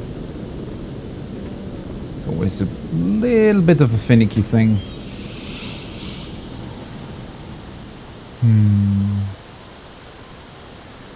Guess I'm not in the right spot. Let's try to get over here. That is...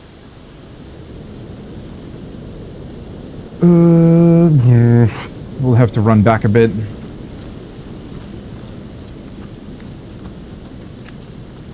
Wonder why I didn't see that chest originally. I mean, it's... I guess if you don't specifically look over there, especially since there's an encounter there with the goblins. So I was probably fixated more on that, and once the encounter was over, I just continued without looking at my environments again. Although then again, after the encounter, I probably would have looked around a bunch for loot and whatnot. Unless the chest is only there because I bought the secret. And otherwise, maybe you need perception to find it? I don't really know. Alright, let's try from here. Technically, this looks closer.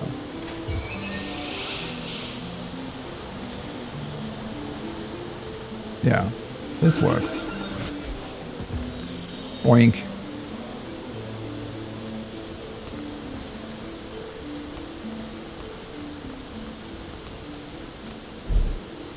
I feel like I'm missing some sort of, I don't know, something that would explain what the secret actually is. Or which one it is, rather.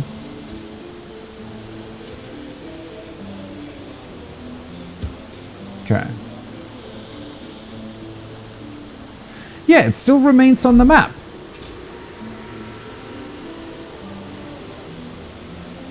And I guess also in here. And I'm pretty sure that I also still have these.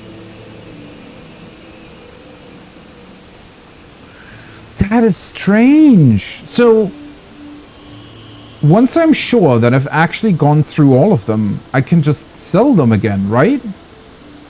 Because they're still considered to be worth, well, at least a little bit. Obviously, I won't get my money back, but... Huh.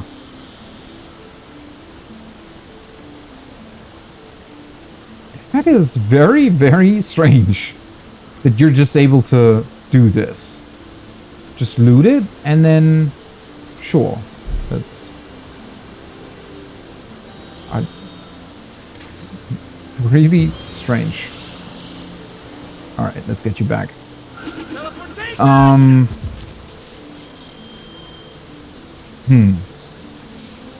it's gonna be pretty finicky to find out which one belongs to what secret.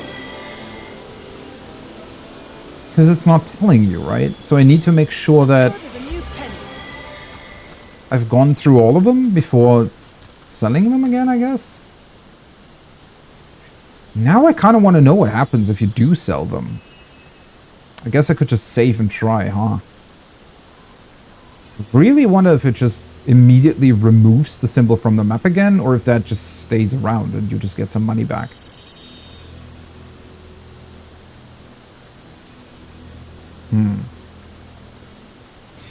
Well, anyways, aside from that, I really need to figure out what I want to do next. Obviously, the main quest wants me to go into the temple or not temple, but this, I guess, temporary church that they've built up here in Silver Glen, and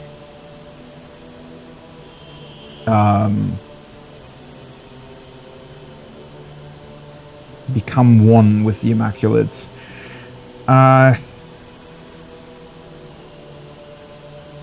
I'm quite tempted to just go to the high plains, though, just to take a look at what awaits me.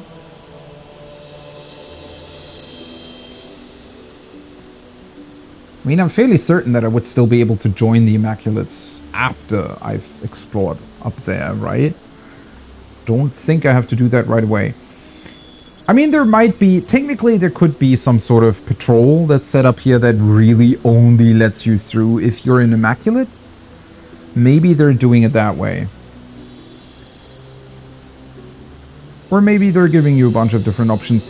The one thing that I'm slightly concerned about is that maybe I should have talked to the Brandon guy about the Tenebrium before collapsing the mines.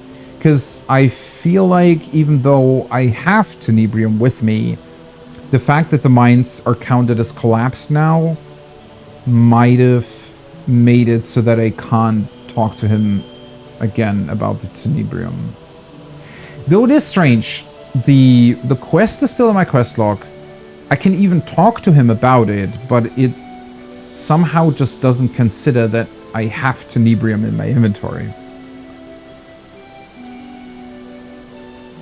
But then again, the quest markers themselves seem to be a little bit weird now, so...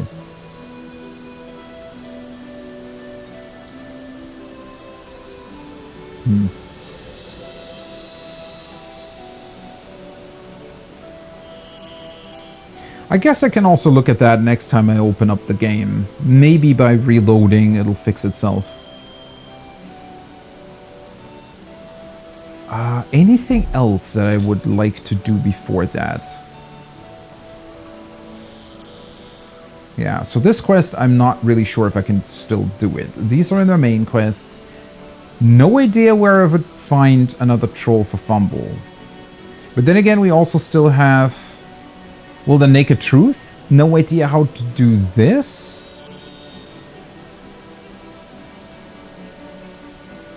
I mean, we know that rot is related to sorcery. I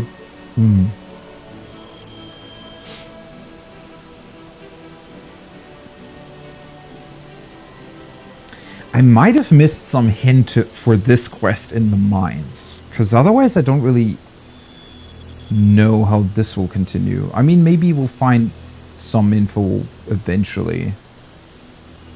Oh, wait a second though. So if these chests are something that I could have already found before purchasing the secrets, that also means then that, for example, the treasure hall in Heiberheim is definitely accessible, whether or not you buy the secret or not. Huh. Yeah, I've still no clue how to do that. Same with the quest with the Wishing Well brothers, right? I feel like I'm stuck there as well, or have been stuck there for a very long time.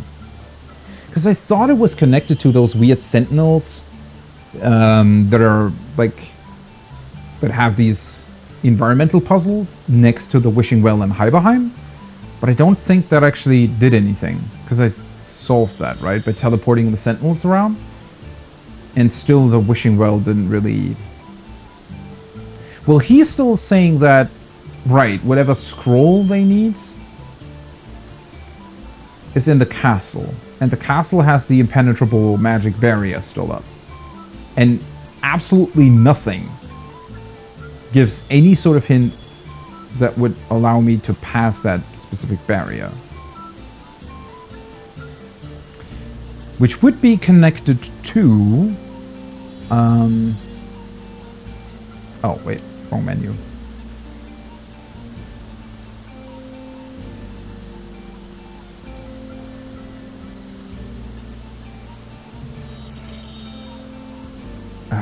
Wait. Which one is it?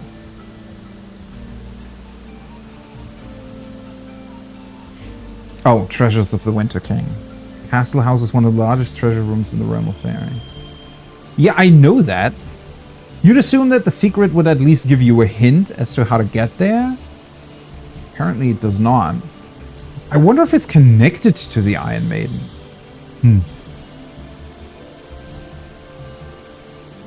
Maybe if I give in to whatever she wanted, maybe she'll transport me to... Because aren't they usually... Or is that just an Elden Ring thing? That they also teleport you somewhere else? Or is that something that is maybe connected to their... I guess real world lore? Because Iron Maidens are... Well, I don't even know. They're definitely something that appears throughout a lot of, I guess, fantasy as well. It's just the one thing that I can think of off the top of my head. Is that maybe it would teleport us? But these are two different secrets. Though that doesn't really mean much. Technically, it also counts the Pirate's Key and the Secret of the Black Cove Pirates as two different secrets. Which I guess they are, but you solve them more or less the same way, right?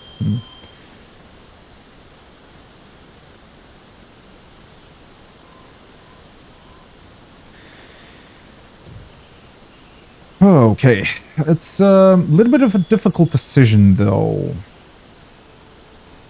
Do I want to continue the main story and go to the High Plains, or do I want to try to go back and potentially solve some of these secrets?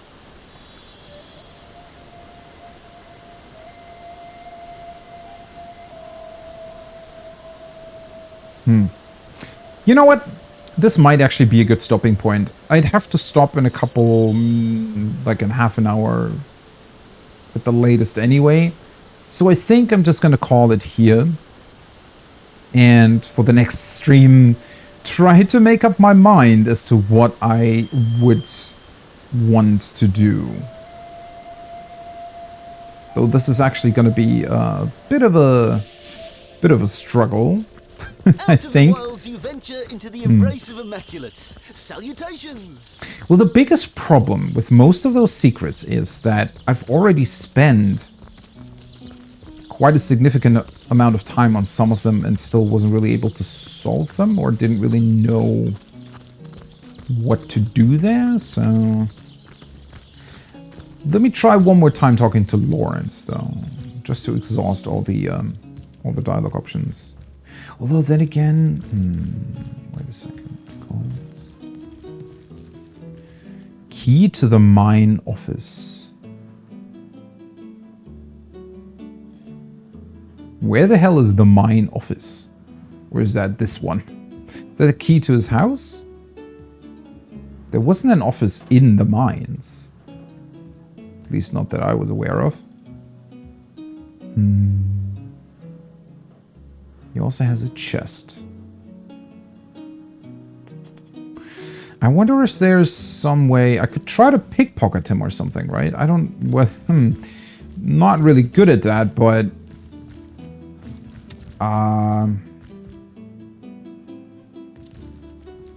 that is certainly something that I could still explore. Trying to find some secret. He might have like a parchment, a letter of some sort in his chest. that might have information about this side quest with Nadia.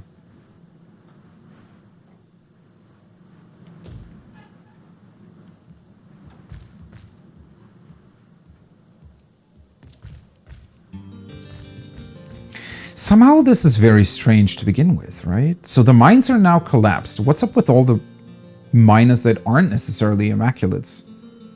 Are they just out of a job now? Because of us? I mean, we had to do it regardless, but still. Somehow I thought that this would resolve in like a different manner. Would he even realize that I steal this if he has his back turned towards me? I don't really know how that works. It might be something that I could try next time. Oh yeah, we also still have the prostitutes. So I feel like Why don't you stay a while, she seemed to suggest that she also knows some stuff. But at the same time, yeah, I'm not entirely sure. That might be a completely unrelated side quest though. If it even is a quest to begin with. Could also talk to some of the other miners, just to make sure about whether or not they might have to tell me something about the mining collapse and whatnot. Wonder if they react in sort of a negative way to that. Well, anyways, this is where I'm... No, that was quick save. I didn't want to save properly. This is what I'm gonna call it, and the next time I will try to find what I will continue with. Over here, sweet cheeks. Oh, I'm aching to share a moment together. Come hither, sweetheart. Or if I had a star I don't know. every time you I my feel like I'm confusing myself a little bit here. I mean, the most obvious path obviously would be to the high plains. I kind of want to check that out. Yeah, maybe that is the thing that I will do first. Just to check out whether or not I'm even able to access them without having joined the Immaculates. Because so far I would say that the main quest has been fairly linear in that you... I mean, well, you had choices as to how to do certain things, but this seems to very heavily point towards the fact that I have to join the Immaculates, right? In order to get to that hidden temple. So I feel like they will have set up some sort of thing that'll stop you. Either at the temple entrance or even at the entrance to the high plains to begin with. Something that you just can't get past without having joined the Immaculates. Yeah. And then I guess well... Usually I really like to... I'm definitely a completionist in the sense that I want to do all the side quests, and also it annoys me a little bit that they're still part of my log, right? I do want to mark them as completed, but some of them just... I mean, and the secret maps don't really help either, because they just tell you that there is a secret there. They don't tell you how to solve it, right? Which is fine, but if you don't really have any sort of inkling as to how to do that, it becomes quite difficult, right?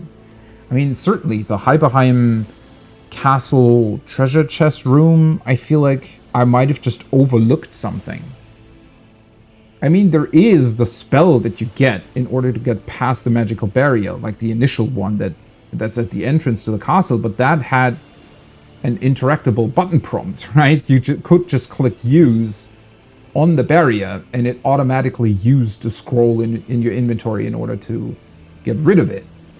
The other one is just there. It doesn't have any sort of interactable thing to it. So, yeah, no idea what's up with that. So, I don't know. There are definitely some sort of weird...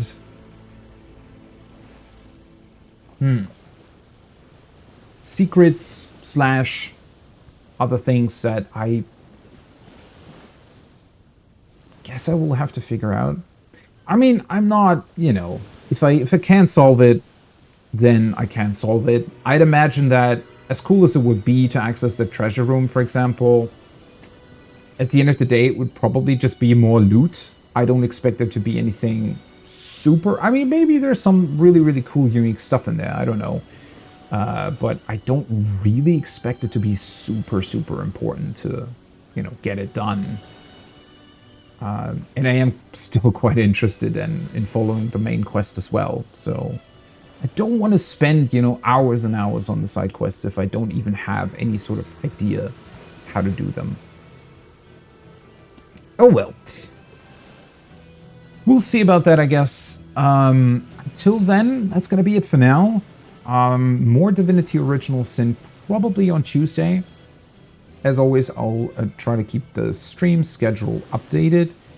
However, there is going to be another stream today, later, in about... Wait, let me double check. When do we start?